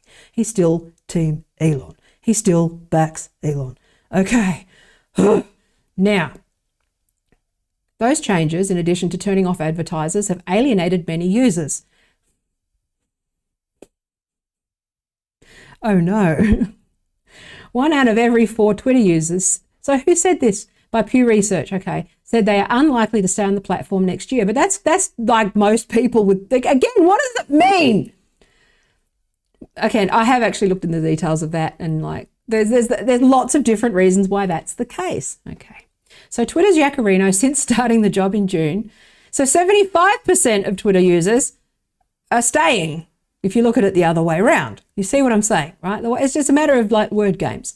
So since starting the job in June, Yaccarino's talked about freedom of speech, not reach strategy, which is the right strategy, encouraging them, and that they have implemented that and executed that with the algorithm. I've gone through the code. Now, I'm not good at, I don't know Scala, like obviously, but I can read Java, and JavaScript and all those things, and I mean, unless it's completely 180 from what I actually can read, they've dealt with. That's exactly what the algorithm says, which is open source, which it wasn't before. So more than 1,600 brands now use them, according to a person familiar with the matter who asked not to be identified, blah, blah, blah, blah, blah, blah. Okay. Masks are, okay, blah, blah. Where are we? So so it's just this big, anyway. So if you know the facts behind everything, it's just loaded language. So understand what loaded language is. Okay. Now, so what loaded language terminates your thought. So you say something, you take it as true, you take it as given, and you go, oh, that's bad, and you don't look further. That terminates thought. Thought termination, okay? That's a number one strategy of propaganda. And if anybody deliberately uses certain words and won't clarify what those words are, the devil's in the details with these things, okay?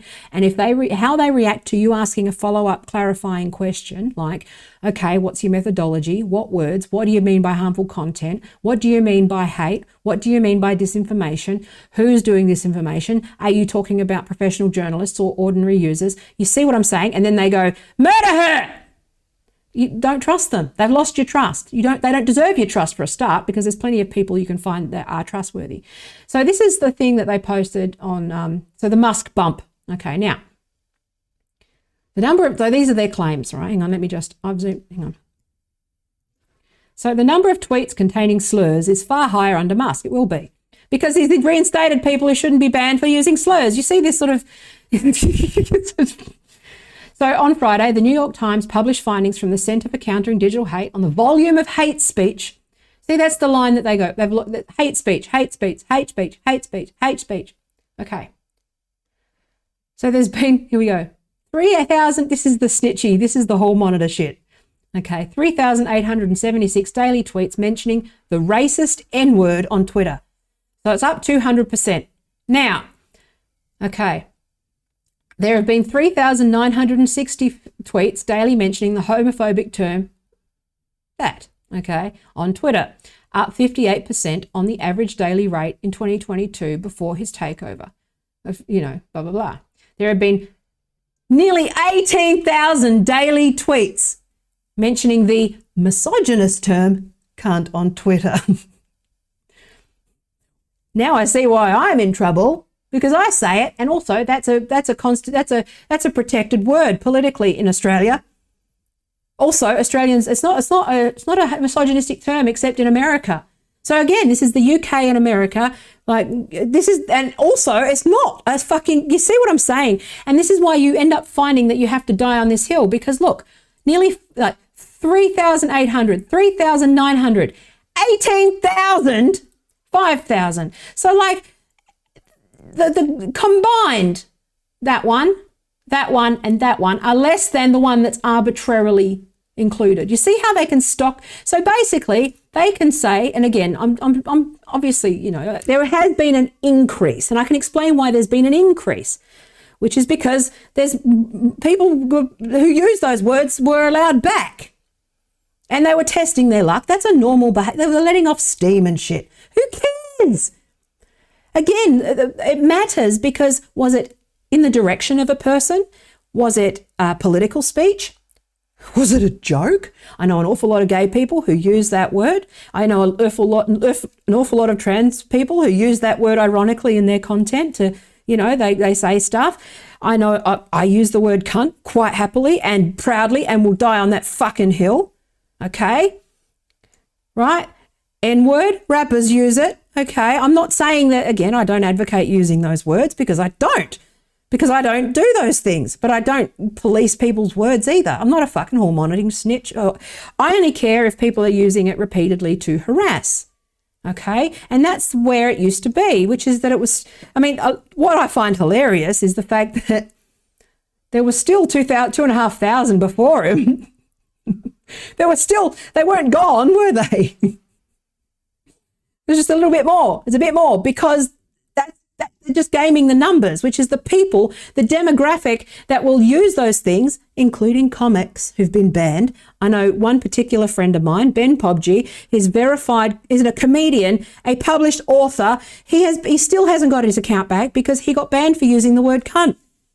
He was being harassed by MAGAs and he's a lefty and he got banned because he called them cunts and he still hasn't gotten his account back.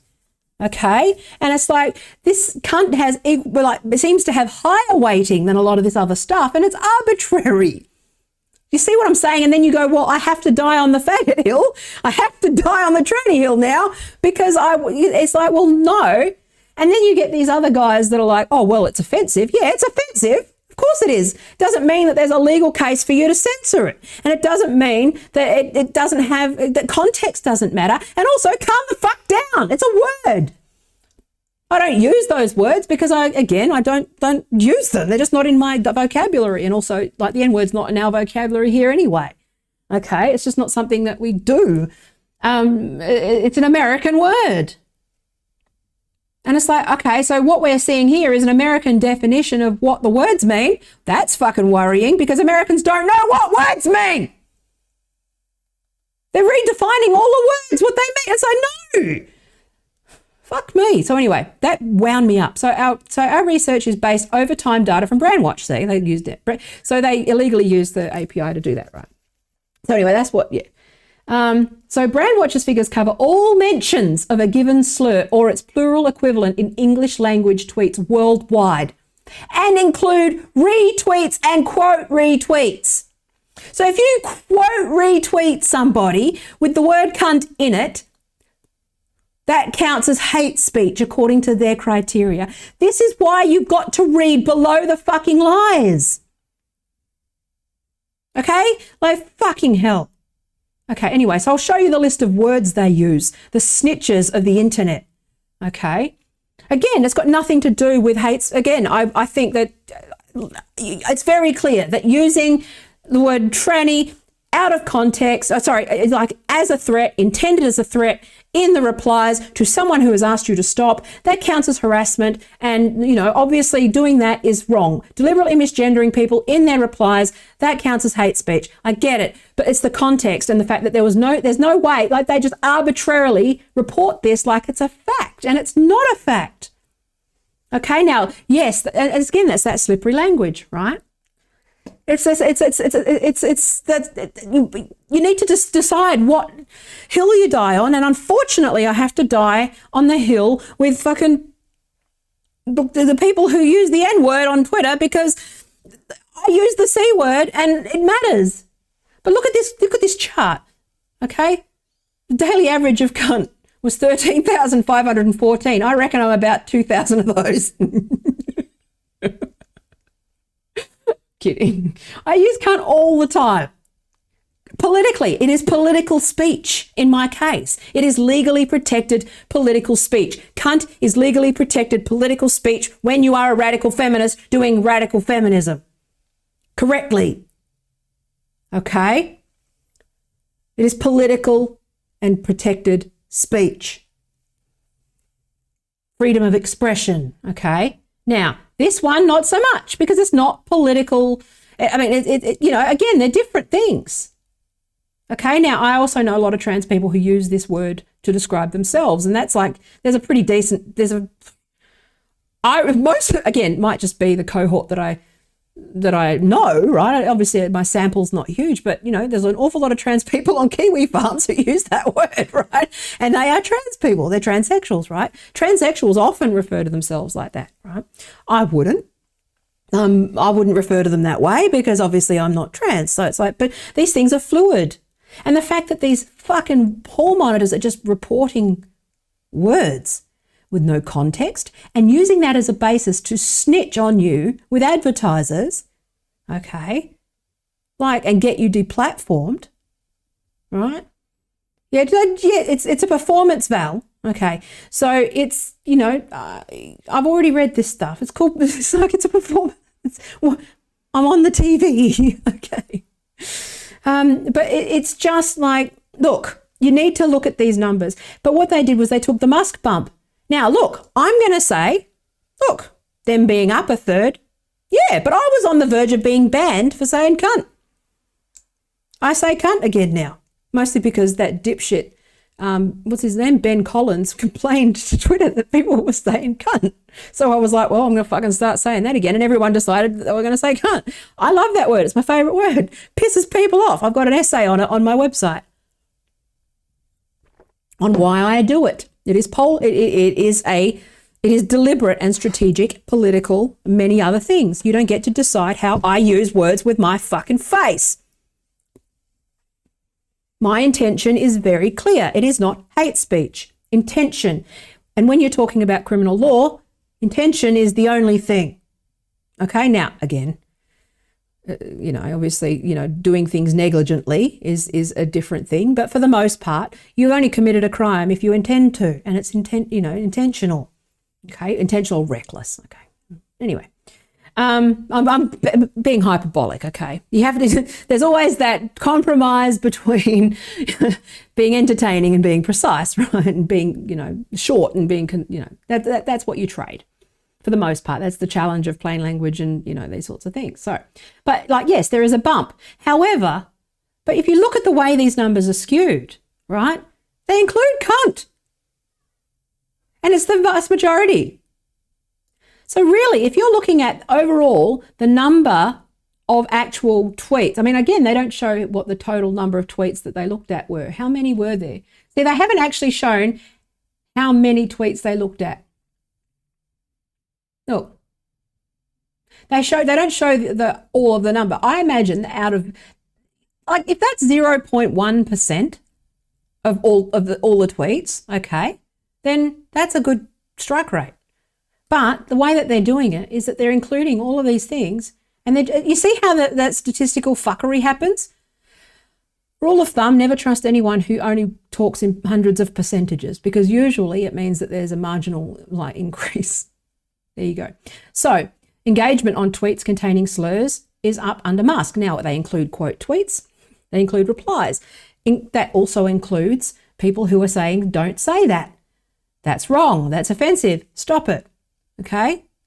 Engagement. And also when you look at what engagement means, that has a specific meaning to it as well. Engagement is also people who click on a tweet, bookmark a tweet, not just reply, okay, or save it or whatever, okay? Now, when you understand how they can actually even manipulate the data this way with their bot farms and shit. So Media Matters are running their fucking troll farms, automatically like bookmarking or automatically doing whatever. Reporting counts as an engagement. I don't know if that's true now, but it used to count as an engagement, okay? If you click on the tweet, to look at the tweet, to screenshot it, that counts as an engagement. You've clicked on it. That's an engagement. It's not just replying or retweeting, okay? So I'm saying this stuff is meaningless if you actually understand what the word engagement means. They haven't given you any fucking metrics, okay? So there we go. The average, so in the 2 weeks running up, so some of the data, yeah. But again, I'll get to that point. I'm not minimizing the behavior. There's a difference between condoning the behavior and defending the principle, right? And obviously I don't agree with it.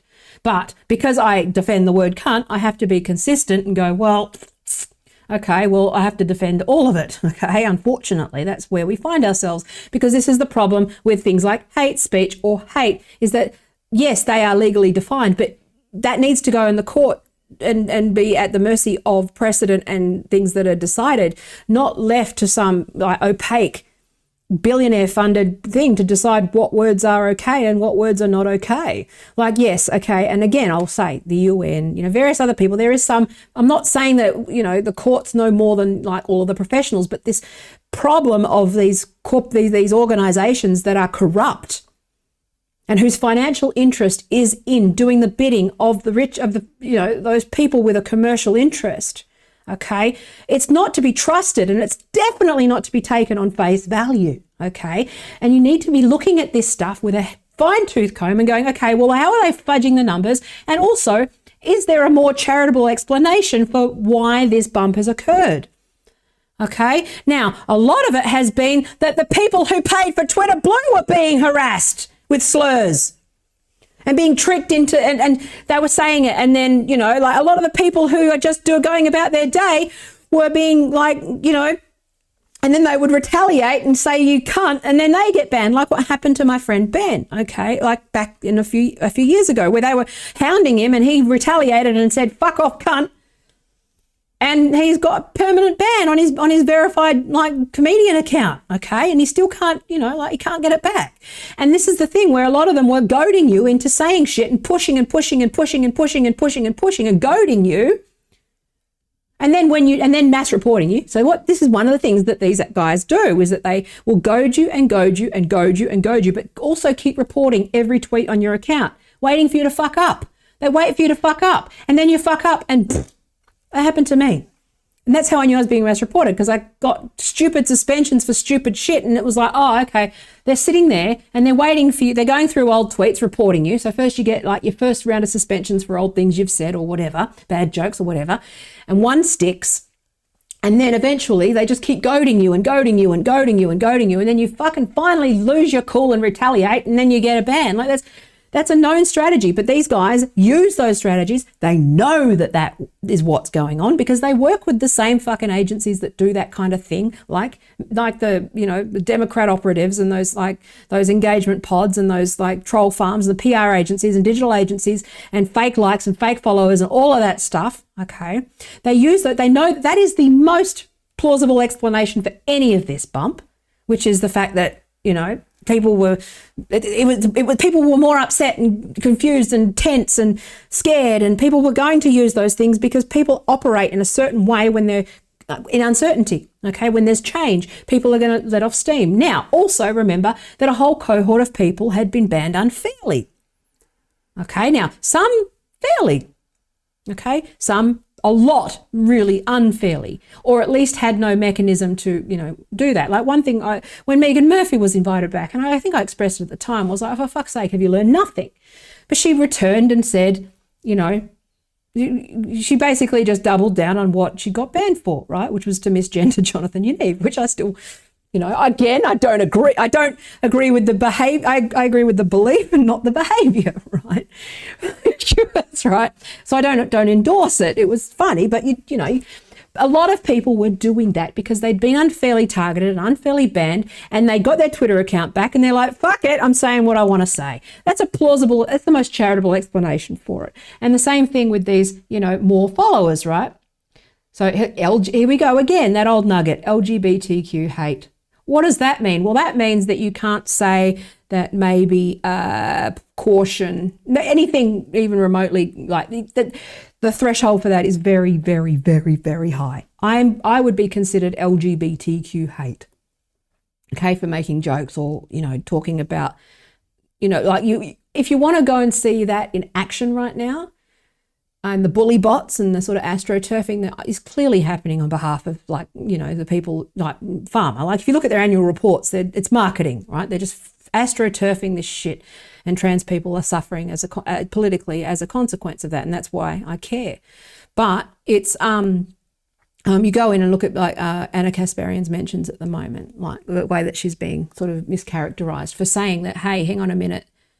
Why are the Nordic countries pausing some of these things? Why are these gender clinics getting more scrutiny? What's going on? You know, like we need okay, it's not quite what we thought. Okay, that's considered hate speech according to these fuckheads. Okay, just so you know that's considered, that meets the criteria, right? But according to the CCDH, even using words. So I can also kind of understand how I've fallen through the cracks or got caught in the net, depending on which analogy you want, because a big part of my sort of de-radicalization strategy, or my strategy, has been to use the words that people use so that they, to meet them where they're at. Because, you know, I don't like the term wokeism, right? but I define it quite narrowly as like sort of like I said, the sort of the Tumblr flip side, the 4chan shooter to the Tumblr, like it's radicalized version of this sort of super woke, but they're not political. They're not well. They're very mentally unwell, and there's lots of reasons for that, but they've been radicalized in a different direction, right? But then you've obviously got Blue Anon with these people. It's like I like Blue Anon is a legit thing, and then you've got your QAnon. So I study these cults, right? And this wokeism cult is one of those cults, which is those sort of the fan fiction, the fandom's gone fucking crazy, right?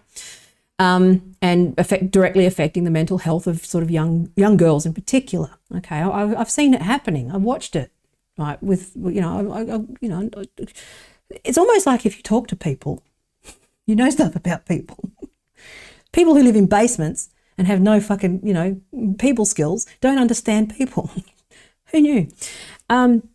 But again, they just use this like, oh yeah, the Colorado Springs shooting. Okay, all right. They bring to, again, it's just, you've got to learn to critically assess this stuff and how information is used. It's not about the belief, it's about the behavior. So if you find someone with the same belief as you acting in a way you don't agree with, then that's a problem. Okay, it's okay to say that. And one of the big thought terminating things that I've seen happening with Anna Kasparian and Ben Burgess at the moment is that idea that somehow you hate trans people because you defend Anna Kasparian against them and their behaviour and their bullying and their calling. It's that righteous cruelty thing again. No, I'm not saying I disagree with what you're saying. I said this in the last stream anyway. Scientology was like technically about self-improvement. That's like saying a Scientologist coming saying, are you pro pharma? Are you pro SSRIs? Okay, or Jim Jordan going, are you against farming? Like, it's silly, it's childish, and it's not an argument, okay? We're talking about the behaviour of cults. So, and lots of different micro cults have formed over a period of time, and this is a blind spot, and it has been for some time. And these organisations are the ones who are doing it with these radicalising, inciting fear, selling the solution, making all of these scared people, basically televangelism, right? Which is that, like one thing that televangelism does is that it targets vulnerable people. You see them in Kenneth Copeland in his big fucking gold chains and millions of dollars and a jet, and he's preaching to some poor person in their fucking trailer to part them from their like $2 because they can buy, obviously it's got nothing to do with Christianity. It's televangelism, and these guys have just monetized that politically. They've used political televangelism to get people thinking that they're being activists when they're not. And it's a big MLM scam that needs to be illegal, if not like heavily shunned by our industry. And that was what I identified years ago and decided that would be my fucking last fight. Okay, let me just quickly look at the chats because I haven't done that for a bit. Hang on. So where are we? So Val's talking, melting pot happens. Proto-Indo-European was a real poo. No. Yeah, I have a healthy aversion to absolutes too. Oh, hang on. Well, I'll go further up because I don't have context. So if I just skip, then that's why.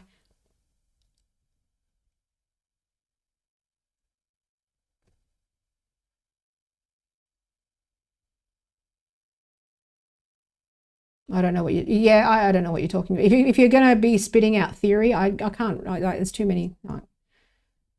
I don't do word salad, Val. I know you do, but I don't. I need to understand what I'm talking about, and I use plain language. Because people, what's the saying from Einstein or something? You don't understand something if you can't say it simply. Because I'm a polymath and I can say things simply too.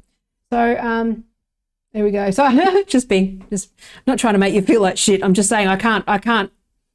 There's two, again, I read under the words, and I will have to go and look at every concept that you're looking at, and that's too much work and I'm not going to do it. So tell me what you mean. So if you have a healthy aversion to absolutes, I hear it's an oddity for an autist, but it's an oddity to know what Planck length is. Yes, it is. Yeah, chat got quiet. Yes, it does, doesn't it? Because most people don't know what people are talking about. Calm down. Keep it chill. because I actually also can't, just so you know, I also can't, I can't possibly pass what you're saying and extract meaning because I'm focused on my own thing and saying my own words, and that's got its own mental load. This is the same thing when dudes argue niche philosophical shit in my chat. I go, I can't argue with it. I don't know. I got to look it up. It's like, you know, and yeah, the ability to communicate succinctly and clearly is a good thing. Yeah, it takes you longer to get the words out. It's all, oh, fuck, Matt, are you all right? Ah, Jesus. So Matt said his tooth fell out, but don't worry, everybody. It fell, he put it back in.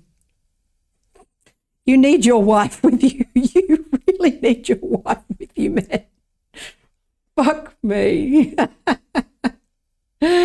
Linguistic relativity. No, it's not relativity. It's actually like, okay, here's a fun thing about plain language is that it's actually like there's a massive under project, which is that all contracts, it's the plain language project. It's been going for fucking years and years and years. And it's actually the law in the US to rewrite all law, all precedent and everything into words that everyone can understand.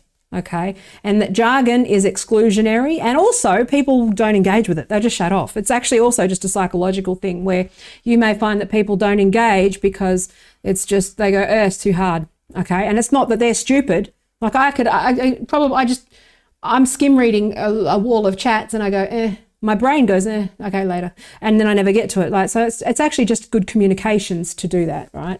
And it doesn't, you know, again, people, you obviously work within your milieu, right? Like I can understand your jargon, but, you know, obviously when you're on a live stream, you need to also make sure that you don't like embarrass yourself and misspeak. I misspeak enough without like, you know, yeah, anyway, it's all good.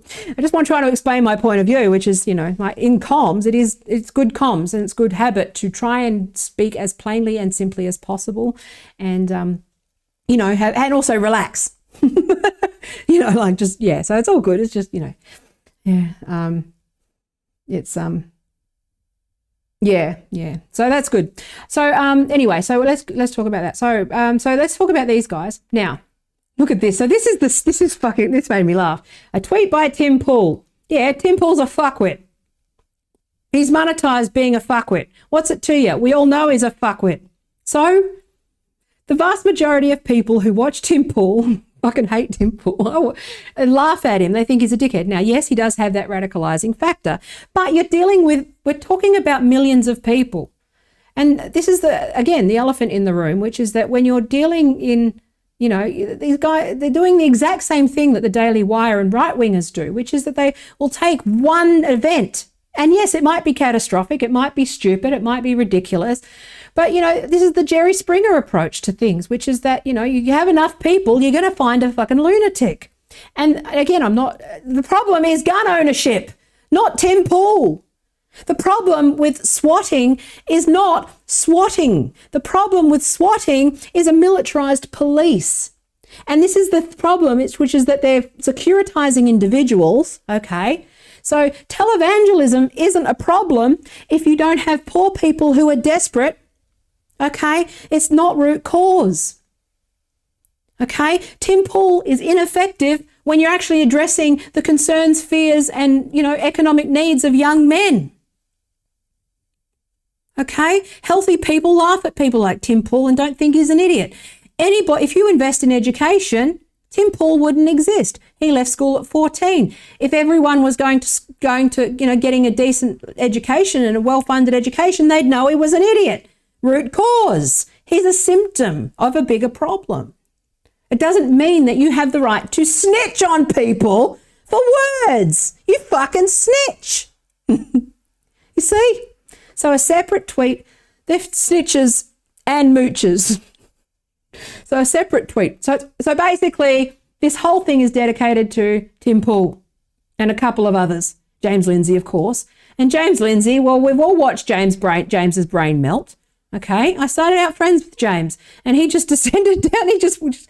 He's been funded by the Southern Baptists, and he's taken his grift. He's doing his thing, okay? James Lindsay would not have any impact whatsoever if the left had a meaningful voice online, but you're also suppressing them. Most people like me could actually take on James Lindsay easily. Ben Burgess definitely can. Matt McManus can take on James Lindsay. Why don't you, instead of banning James Lindsay, why don't you lobby for boosting good information? Boosting Matt McManus, or boosting those that can fight that information, not use James Lindsay and Tim Pool as the excuse to ban people you don't like. Do you see the difference in approaches? They had the power with the algorithm to lobby Twitter, okay? They could actually say, you know what we're going to do with all of our money? We're going to do what the Daily Wire do and beat them at their own game. And do you know what we're going to do? We're going to take Ben Burgess's channel and we're going to put some money behind it in the YouTube thing, and we're going to boost it in the algorithm so that Ben and his ideas actually get out there, and so people like James Lindsay get crowded out. Of course they don't. They crowd it out with the Young Turks and people like that who, to an extent, are useful, but they do it in a way where they are still serving the same billionaire interests. They're not doing it in a way where Matt McManus can line for line mock James Lindsay, or myself. I can go through the book and go, this is ridiculous and not true, and it's not even close to true. Of course, they're not pushing. Anyone who's interested in hate speech should be more interested in promoting better speech, not punishing speech, okay? That means that you have an agenda that, you know, like you're going to, that's what the CCDH and the ADL, all those sorts of people are. They're snitches for censors, okay? They're no better than any kind of like Mrs. Mangle church busybody that's, you know, dobbing on you, like the teacher's pet bullshit. Okay, it's like they've somehow managed to institutionalize this fucking teacher's pet snitching bullshit.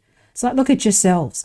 But if you know someone like James Lindsay, especially Tim Pool, like one of my favorite YouTubers is RM Brown, and he makes fun of Tim Pool, and he will he's only got like I think 20,000 YouTube subscribers. Why not boost him?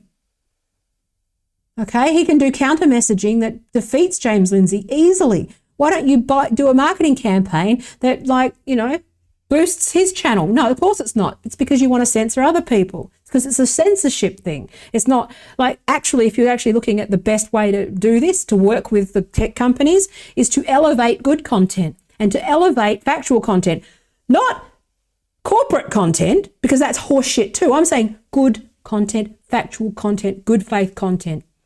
Okay? Now, again, I'm not saying that it's like an ideal situation where it's privately funded, but I'm saying if you're a good actor and good faith, then you're elevating those who are able to address this speech, not securitizing and naming and using Tim Pool to censor 10,000 other people who are, you know, caught up in a net using the word cunt for a joke. Okay? Snitch. And the groomer thing, I mean, I don't like that either, but I mean, that's just stupid. But like, again, anti-LGBTQ extremists, right? Which, you know, libs of TikTok, of course. But again, it's like, it's compelling content. It's ridiculous. I'm not saying I don't agree with it. I've said a million times that I don't like libs of TikTok. Anyway, so look at this. So this is your words. The Mucks hate lexicon. Hate keywords.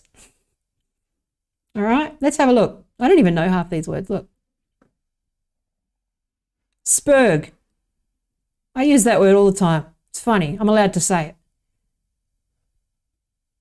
Fat fuck. Obviously, I'm obviously not the target demographic for this, because like retard is considered hate speech. Okay. So that's one of them, right? Yeah, you can look it up. It's all right. Hateful subreddits.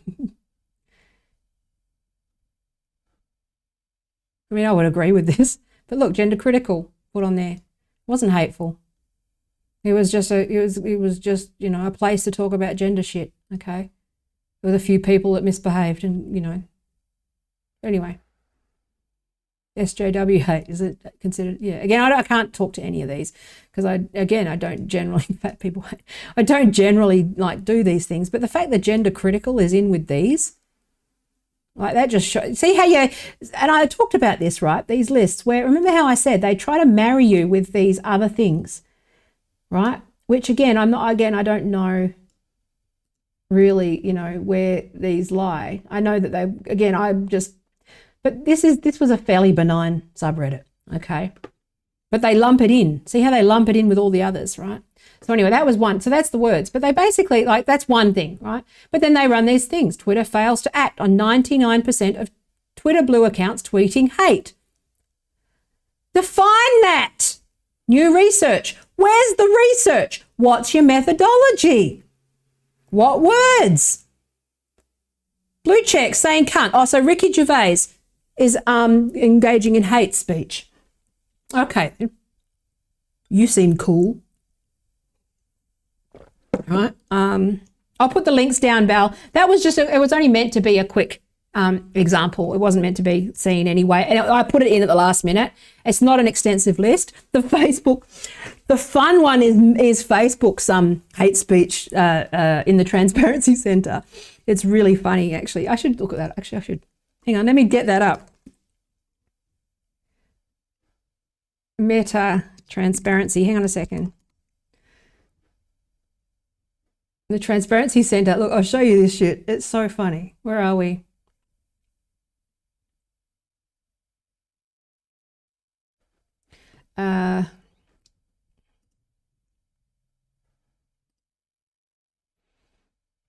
Where's their hate? I'm sure people have seen this before, but it is pretty funny. So it's amazing. So tier 1, do not post, right? It's pretty, again, you need to qualify it. So it's content targeting a person or group of people. But when you say targeting a group, what does that mean? Does that mean posting publicly where someone might see it who's a member of that group, right? Including all groups except those who are considered non-protected groups, described as having carried out violent crimes or sexual offences or representing less than half of a group. Like, the lawyers must be having a fucking, it's like, this is way vague. This is a far-reaching thing, right? But I would, with tech companies, you can assume that they largely mirror each other. Like X has obviously sort of, changed that, but this is really, Meta represents probably the consensus on this stuff because they're the leaders in this space, right? So they were the first to get the heat, so they were sort of the first to really deal with this, right? So violent speech or support and dehumanizing speech or imagery in the form of comparisons, generalizations, or unqualified behavioral statements about instance. I just laugh. I did belly laugh because I do know where it came from. Obviously, I will not use the word termites because I know that is it's a mechanism. It's an attack vector for me. I can't use the word termites when I'm describing certain things because that has a historical context to it. I understand where it comes from, but when you read it, you go, I don't know how any Australian bogan is able to post anything ever about anything. I just fucking find it funny. So animals in general or specific types of animals that are culturally perceived as intellectually or physically inferior. Okay, again, I understand why, but filth, bacteria, disease. So if you say anything about, even ironically, so the problem with this is irony as well. So anything where even if you're a member of that group, this is where the gaps are. So again, you can agree on the surface with the policy, right? Which is where you, obviously, when you're naming somebody, calling them a dirty or like dirty, those sorts of things, right? That's, I think most rational, normal people would go, yeah, it's impolite, it's pretty fucking rude. But then where do you get into where it's like friends, where they can we're friends? It's a lot more fluid than that. And this is the gap with algorithms particularly and reporting just on keywords is that context matters, okay? And the problem with Facebook is that a large number of things that are appealed are actually sort of overturned, right? And again, it learns over time, learns language patterns. It doesn't work in isolation.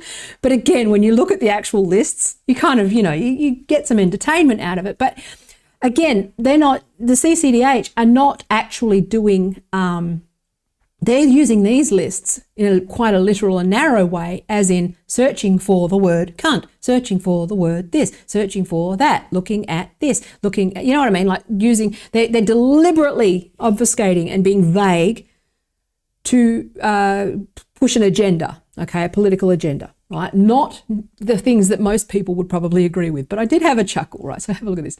So sexual predators, violent criminals, other criminals. So I think pretty much everybody at some point has been guilty of hate speech by these certain objects. So women as household objects and property, or objects in general. So Matt, I can't call you a dildo. So statements denying existence. Oh, there's that one. See, that's another reason why the bots and the rhetorical trick with a lot of the trans sort of disinformation bots is you're denying my existence, because that is a specific accusation with a specific meaning. And that's another reason why I know that it's coming from certain places, because you can track that stuff. And it's like, you're denying my existence. No, and then you can see how you could goad someone into saying, yeah, I fucking do. And then whew, their account's gone. You see how tactically that might work from a bad actor point of view, where they're trying to fuck with an individual to get them banned, right? So, those sorts of things. So that they'll be trying to, a lot of these astroturfing agencies will target, I watched it, they'll target, I'm trying to think of who they'll try to goad you. Glenn Greenwald, is one of those, and Matt Taibbi sometimes, but you can see that they're just trying to goad them into responding in a way that'll can them, right? You see it, and it's just like, you go, okay, and because they're doing that thing where they're fucking with you, and you're fucking with you, and you fuck them, and you go, yeah, you fucking cunt, bang. You see how it's like, yeah. So this is how this is abused. Okay. Now the thing about Facebook and Meta is that, they have some people that you can appeal to, right? And I hope that if I work at X, it would be nice if I was actually, we were working on building, like, I'd love to be in charge of appeals and working through designing that process. But, who knows? I don't even know if they would even hire me. So at this point. But harmful stereotypes historically linked to intimidation, exclusion, or violence on the basis of a protected characteristic. Notice how it doesn't say women. Notice how people can say whatever the fuck. Anyway, no, that's not true. Anyway, so content targeting a personal group of people on the basis of their protected characteristics with generalizations that state inferiority in written or visual form. So, it's vague. It's broad, isn't it? Physical deficiencies. Mental deficiencies and moral deficiencies. So fuckwit, where does fuckwit fit? So I can't call, no, don't worry, I'm not going to do it. The other statements of inferiority, which we define as, so anyway, see, expressions of contempt. And that is another legally defined word. So contempt is where that word is actually very narrowly defined in the proposed hate speech laws, which is that you're breeding contempt for a certain group of people. But that's where, when those words align, this is ridiculous, this is broad, they will inherit the legal definition, which means technically you could probably be charged with a hate crime over a Facebook post that was a joke, if you get the wrong judge on the wrong day and the wrong fucking lawyer, and there's a whole bunch, again, I try not to deal in hypotheticals. Unfortunately, you're just going to have to go through that if you get caught up in that, right? And I said that yesterday, like, some people are going to fuck around and find out, right? But at the same time, this is where it becomes like the details matter. Okay, so expressions of disgust, cursing. Okay, so that's tier 2. Tier 3, I think most people would agree with. So content targeting a personal group on the basis of their protected characteristics in terms of segregation, exclusion, explicit exclusion, political exclusion, social exclusion. But, I wonder if saying that, journalists can get in the bin, is that a protected characteristic? I think you could argue that they are, because they've got an exemption under the law. I'm being facetious. I know that these things happen. But I'm just saying, like, this is like the stuff that we're dealing with, right? So architect, philosopher, branch of government. Yeah. See, this is the problem, I think, which is that I understand the need to rely on these interconnected things, but a lot of this stuff, when you're working in policy, they take a lot of this shit on face value, and it's like, Jesus Christ, you need to really work hard to, really go into the weeds. Because if you take what the CCDH, a lot of it is that people are just taking what they're saying on face value and not looking into the details.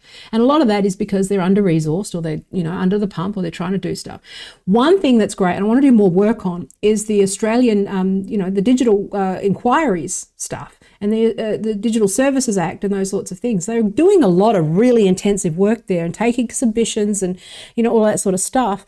They're doing a lot of work. Those reports are really good, but it's really hard going, right? You can only do so many things. Like, I can react to this and explain that quickly, but to actually do a comprehensive sort of, analysis of these sorts of things, it's a lot of work and resources. But look, so these guys, again, on the surface, okay? Oh, stay updated, subscribe to our email address so that we can then email you and ask for $20 every time we're upset with something and stoke fear. So anti-vax misinformation, anti-Semitism, child safety, climate change misinformation, and STAR framework, okay? Now, again, these are things that no one would really disagree with, but they're actually also advocating for pretty horrible policies, okay? Which is, banning TikTok. Okay, based on no evidence. Okay, they're advocating for these, think of the children, like this. What's amazing is that back in 2009, Stephen Fielding, okay, Family First political party, the far-right Christian party, he wanted to censor the internet and put in this compulsory internet filtering software, the Net Nanny software, right? And everyone fought that, and it was overturned. But over time, these guys are now doing the exact policies that we were supposed to oppose on the left. This is a fundamental. If you've got any sense of history and what we actually, this is a war on the internet. Christian conservatives were doing this fight. This was a bill that was before Parliament to put an internet filter in 2009. Stephen Fielding, look it up. Okay, that was defeated. And then now they're pushing this thing under the guise of hate speech, which is the same thing of the think of the children shit and Net Nanny bullshit. And they just decided to do this stuff by stealth. They got smarter at it. These forces have always been at play. It's just that their messaging has gotten better. Their brochures have gotten shinier, and they've become more resourced and more aggressive at targeting opponents of it. Okay. And that's my real beef here. Deadly by design. It's that's not what none of the psychological research around, I've obviously done stuff around TikTok. I don't like TikTok. TikTok's a stupid factory. You look at it, it's full of idiots. Can't say right. TikTok is retarded, okay? Look at me doing hate speech, okay? Come get me. Put me in cuffs, okay? No, but TikTok is really dumb, right? It's fucking stupid. It is, I think it not healthy. It is not good for people. I think that it can be radicalizing. I agree. But the research indicates that it's a mixed bag. These guys are advocating for complete bans and all of it. You see how it's same thing with Twitter. Okay. Toxic Twitter. Well, is it toxic or is it illegal? If it's toxic and not illegal, calm down. See what I'm saying? Deadly by design. Profiting from deceit. How Google profits from anti-choice ads. It's no, yeah. You see how, again, some of these things, there's an alignment in my work with them, but I know that their ask is to get people banned it's not what, they're misrepresenting what they do. It's MLM. They're basically running for disinformation, they're running for donations and shit, right? Now, also recently, in the last 24 hours, okay, there's been a court ruling in the federal court in the United States that's making it so that the government can't actually ask. I've skim read this, so don't quote me. I haven't had time to look at it because it just landed this morning. But basically, there's a ruling that where are we? Go down here. So this idea, don't worry, I'll probably do a separate thing on it. It's too much.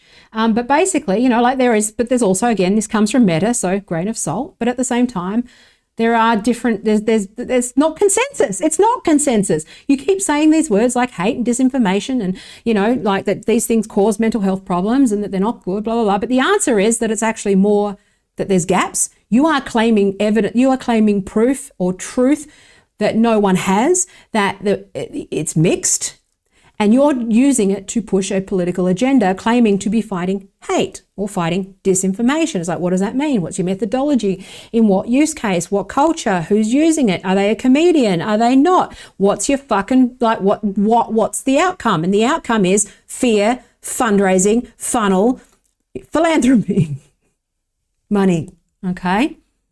Funnel. Fuck off.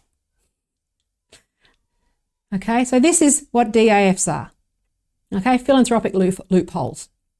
So basically a DAF, okay, donor advised funds or DAFs allow wealthy individuals to give assets, usually cash and stock, but also real estate, art and cryptocurrencies to a sponsoring organisation like the Silicon Valley Community Foundation, or say the CCDH, or say the ADF, or say any number of these 501c3s, 501c4s, okay? Fidelity, Charitable, Vanguard, Charitable, all those foundations, okay? But they're also, so you've got foundations, but then you've got DAFs, and DAFs are like a managed fund. So you know how you, like with investing, you'd either invest directly in shares or you would have a managed fund where it's like a pool. DAFs kind of act a little bit like an ETF or like a managed fund or that kind of thing, right?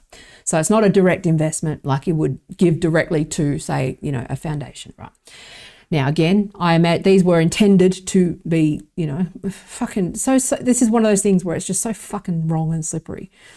So it's not what it was meant for, you assholes. So, but while donors part ways with their money, they don't give up control.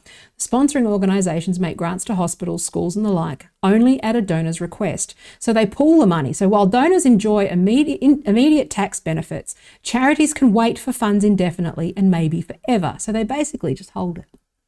So you get the tax write-off and they hold the money. So they're not actually giving it, right?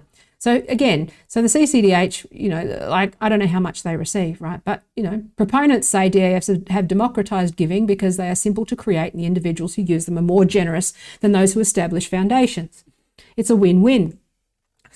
There's those words. Remember that? Win-win. Branded content. Win-win. Never trust any. Here we go, grandma.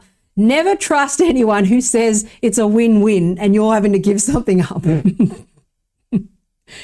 Never trust someone who says win-win, ever. It means you're fucked.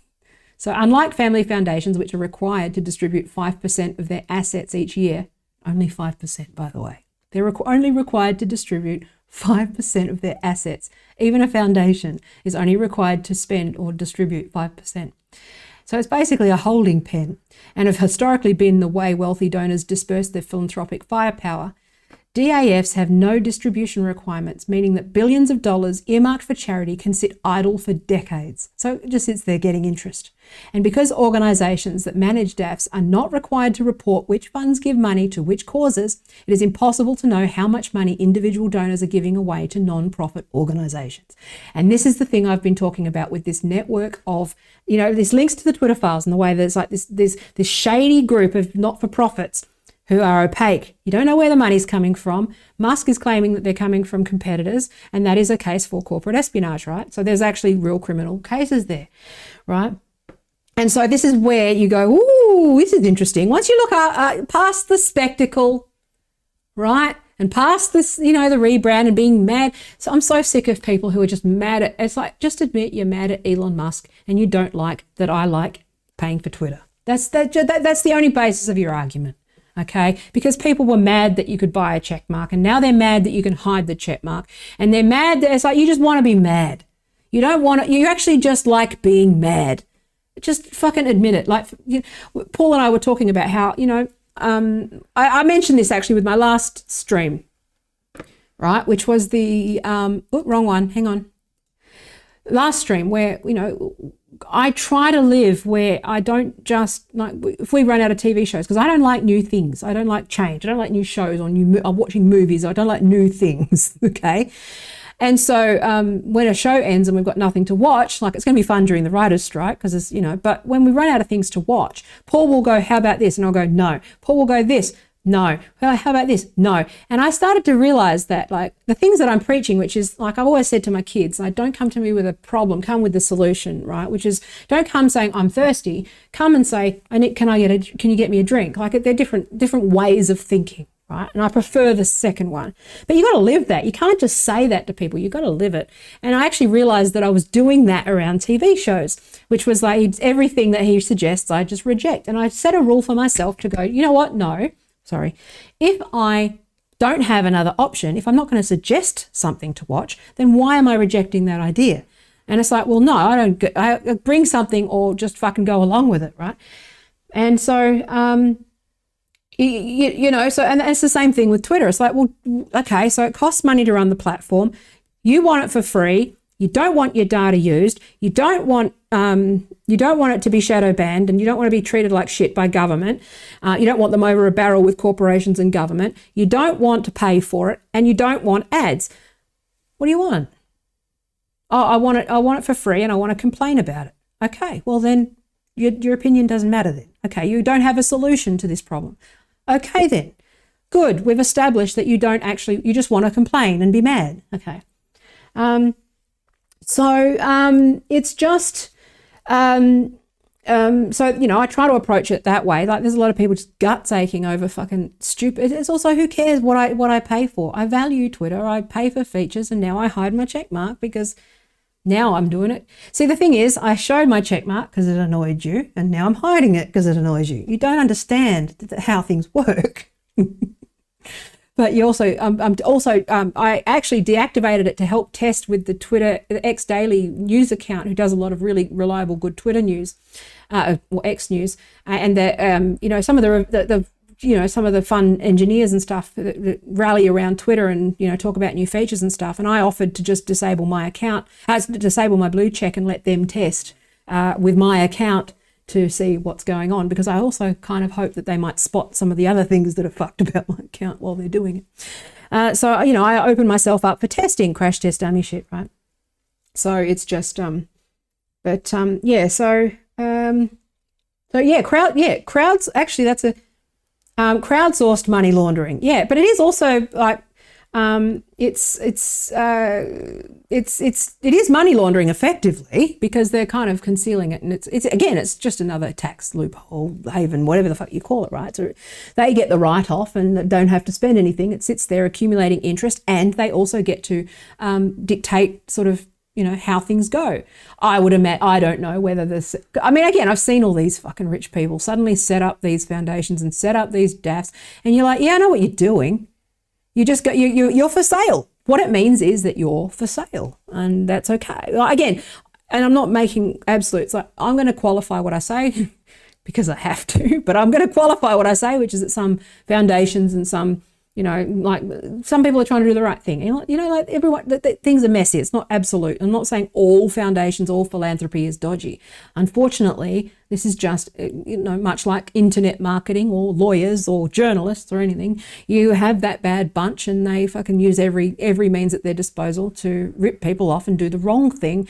And they're always, you know, trying to find that loophole. Yeah, but this MLM funnel of, like, you know, DAFs and 501c3s, 501c4s, you know, and that sort of corporate interest, and that lack of transparency around who's actually funding these claims of fact that are not true. You can't even, like, I can't find one actual study that's peer reviewed. It's just brochures.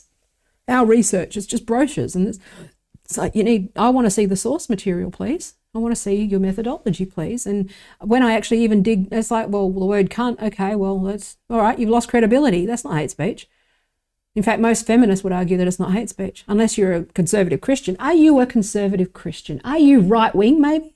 That sounds like a very right-wing position, to hate the word cunt. Cunt. Anyway. Cheese-powered railgun that uses cheese as ammunition. Okay, then. I'm glad that we've solved the world's problems today. That's the main thing. I've been streaming for, 2 hours. Okay, too long. Anyway. But these daffs, right? It's just like, yeah. So anyway, hopefully, I think it's good to remember that sometimes people you hate, well, I don't hate Elon Musk. I like Elon Musk. I get Elon Musk. I like him, so I get it. And shit, second someone's telling me what to do, I want to do the opposite. Like, that's just me, right? I'm contrarian, like, and I've got to make sure I don't double down into the contrarian things. But at the same time, I saw that you had a tooth adventure. So Matt, as long as we've covered Matt's tooth falling out and cheese guns, that's the main thing. That's the important takeaway from all of this. I hope your tooth's okay.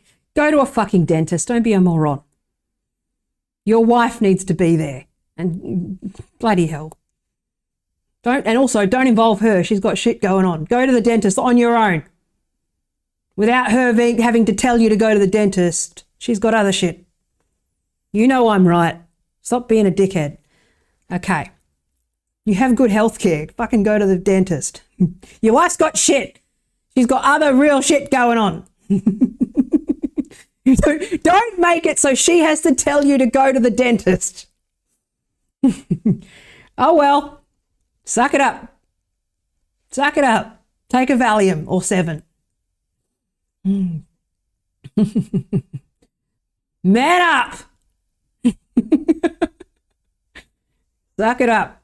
Toots. Anyway, I'm going to go.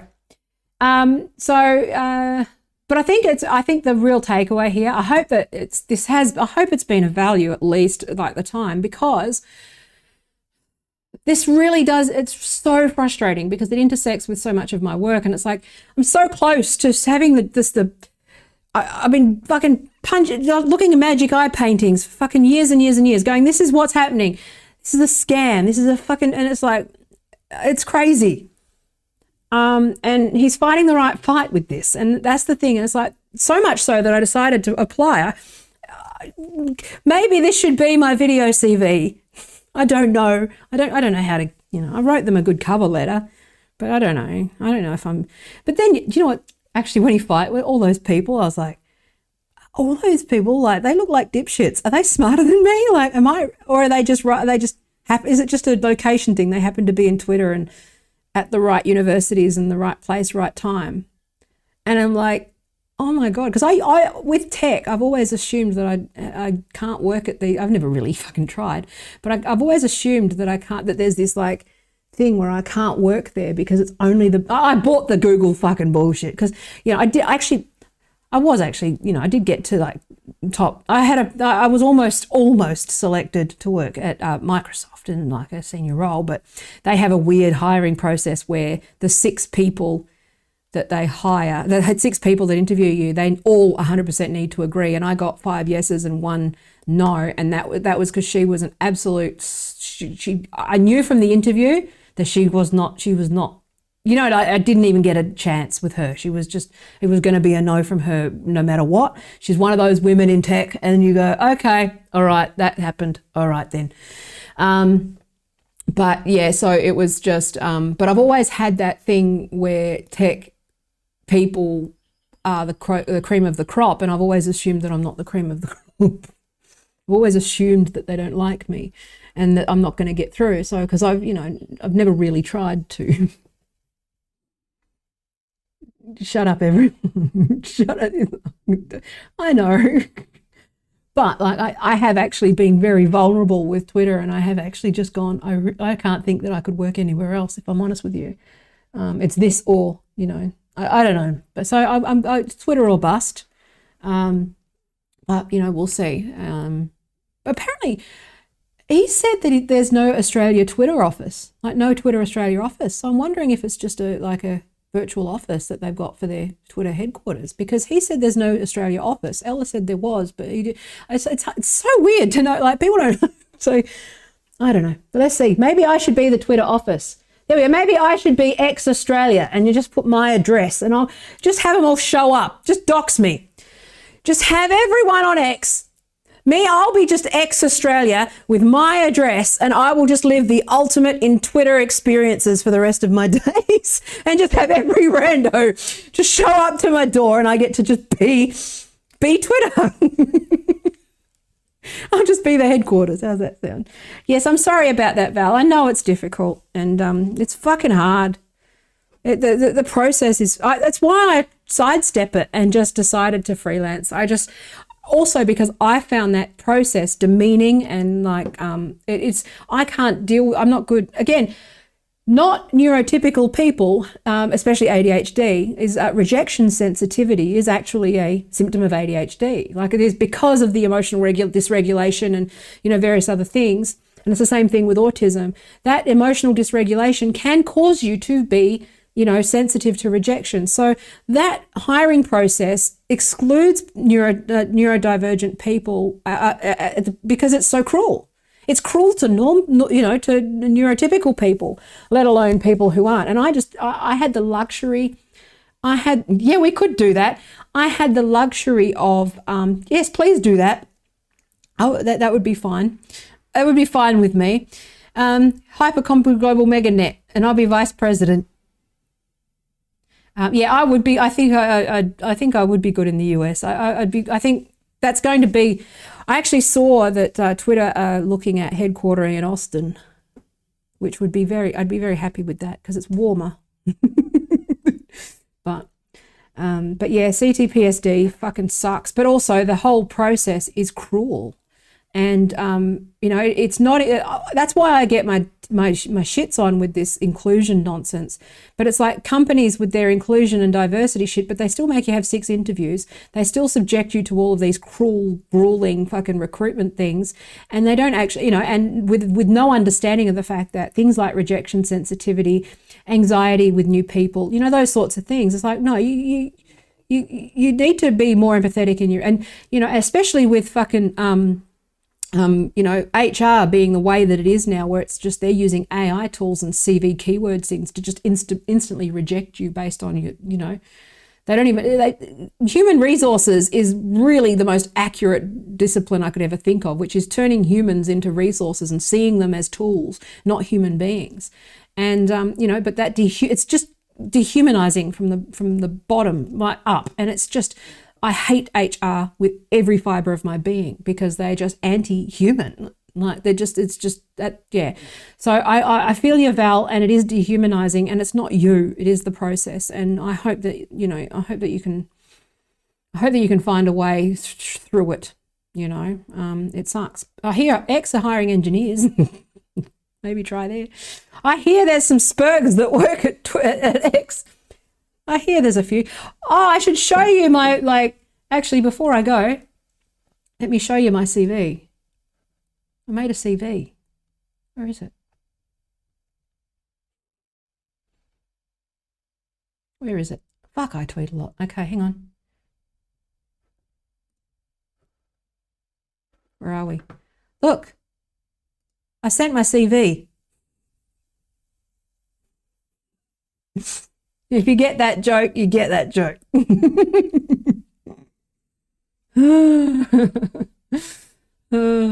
Anyway, so I'm going to go.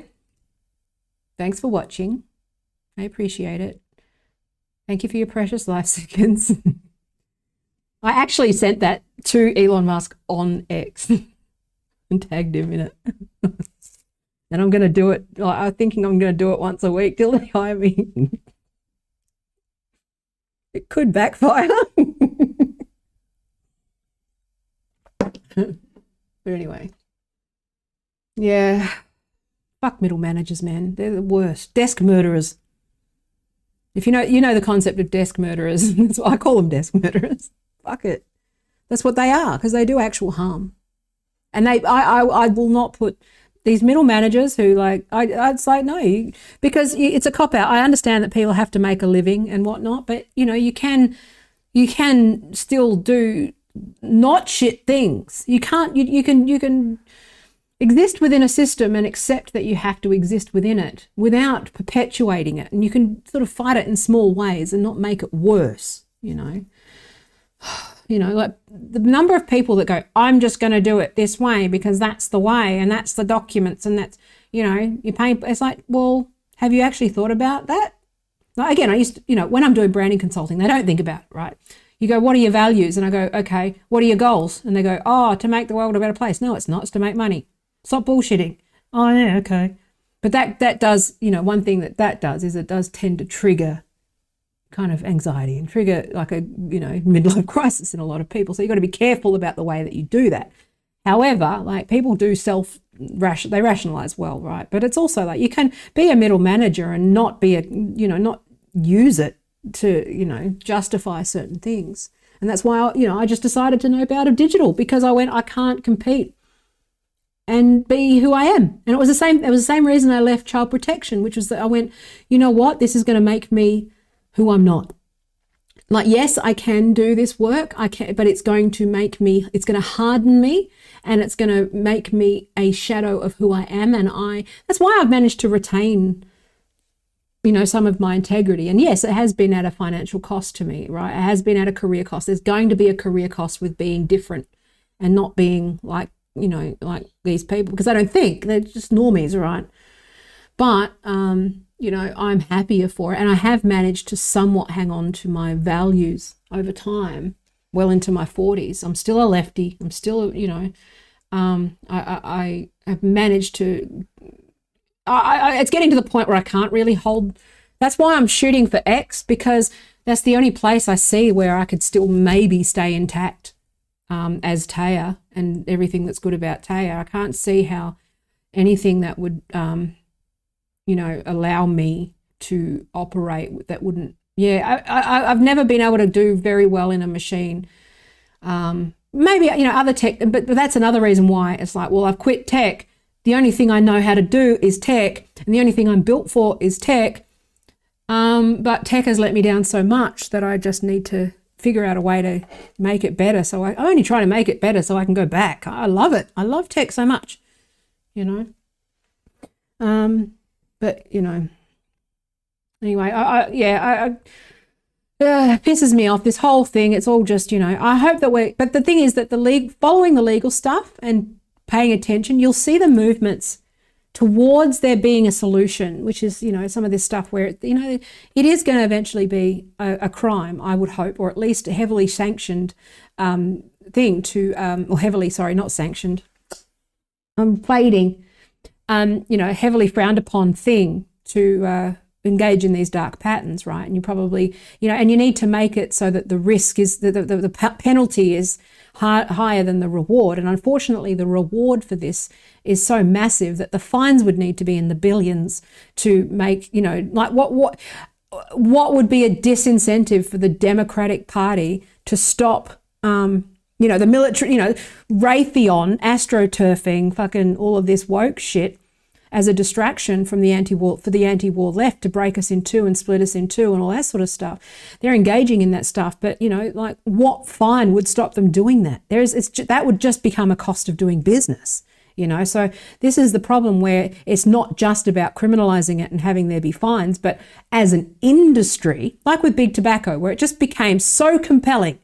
And the evidence of harm became so compelling that people who are good people won't work for those businesses and won't do those things. And that's where you need you need to not just make it like a fine thing. You also, because again, you just end up with things like the FTC and the SEC and those sorts of things where they're toothless, because they end up like, the institution gets captured. But if you can actually put some taboos around using certain behaviors and certain things, and educating users on how to spot these things and how to go, oh, they're trying to fucking rob me, this is a scam. Okay, not everyone, still people who get caught in phishing scams every day, they get smarter and smarter and smarter. But if you can at least educate people on the basics of, how to know that you're being robbed of your money, like they're using, never let a good crisis go unfunded. All right, if you're getting an email that makes you feel afraid and asks for money, don't give that money. It's in the spam folder, right? That's just a simple rule that you can set for yourself. But you can also then, because what that will do is that will have a bottom-up pressure on marketers, because they will have to adapt their behavior in order to convert. So those that are good faith will have to not do that. They will have to not use fear, okay, to get your money or to convert. They will have to do better get better creative and better content. And so there's multiple angles that you can fight dark patterns without necessarily, criminalizing it. Because criminalizing it's good because the fines will fund other things and stuff. But, at the end of the day, it's, I think it's a lot like smoking. It's one of those things where, it's a combination of people, there being a taboo, making a number of different levers, okay? Making it cost prohibitive to take up smoking, okay?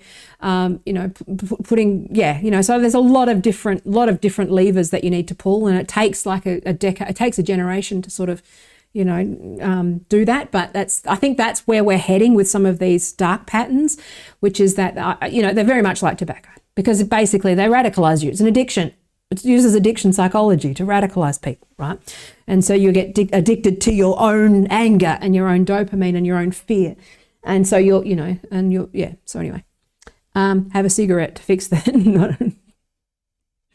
Anyway, I'm going to go because also remember Facebook, Twitter, and there's regulation. Those guys prohibit advertising. So what they do is they also prohibit advertising of alcohol and cigarettes and that sort of stuff. So there are things that you can do at the policy level with the tech company where they go, you can't advertise, weapons or, those sorts of things, right? So that's how it's, you can not make X's too expensive. You need to make the fines expensive, and you need to have enough social pressure, counter pressure, right, around it, because obviously people are going to want to be famous and build influence. Anybody who wants to be a TikToker is going to be happy with 1,000 fake likes because it's boosted. They're going to be happy. That's not a solution, right? But what you do need is and this is that. It is a spiral, which is the messaging, counter messaging, and you end up not being able to determine stuff. But at the same time, this is where at the platform level, you can have various levers in place where good voices are elevated and promoted, and, verified voices and all that sort of stuff, right? There's a process, that's an ongoing and continually moving process. Then you've got content moderation, obviously, but then you've got the law, you've got massive fines. So you've got Corporations Act and those sorts of things here where you can, make it law that if they get caught doing these things under consumer protection and those sorts of levers, that there's a massive fine. But for those where the fine is cheaper than the gain, that's big. Obviously, you then need to create some social shame around that. So like the tobacco companies, if they got a massive fine for, whatever, they don't care because they're making a fuck ton of money, right? But with that, you can create the social stigma around using these things and educating people. And eventually over time, people go, oh, you're trying to scam me. It's just that, right? So yeah, anyway, I've got to go. I love you. Thanks for watching. Thank you for your precious life seconds. Tell your friends, all that shit. Hire me, X. Let me keep streaming, but I'll work at X. How's that sound? Good deal? I can't see how that's going to happen, but we'll work it. Take care. I shall be back some other time. Probably Monday. I'm probably looking at twice a week at this point. But actually, no, I've got assignments next week. I'll probably do it. I've got assignments next week, which means I'll definitely be streaming. Okay. Take care. Love you. Do theme music. All right. Bye.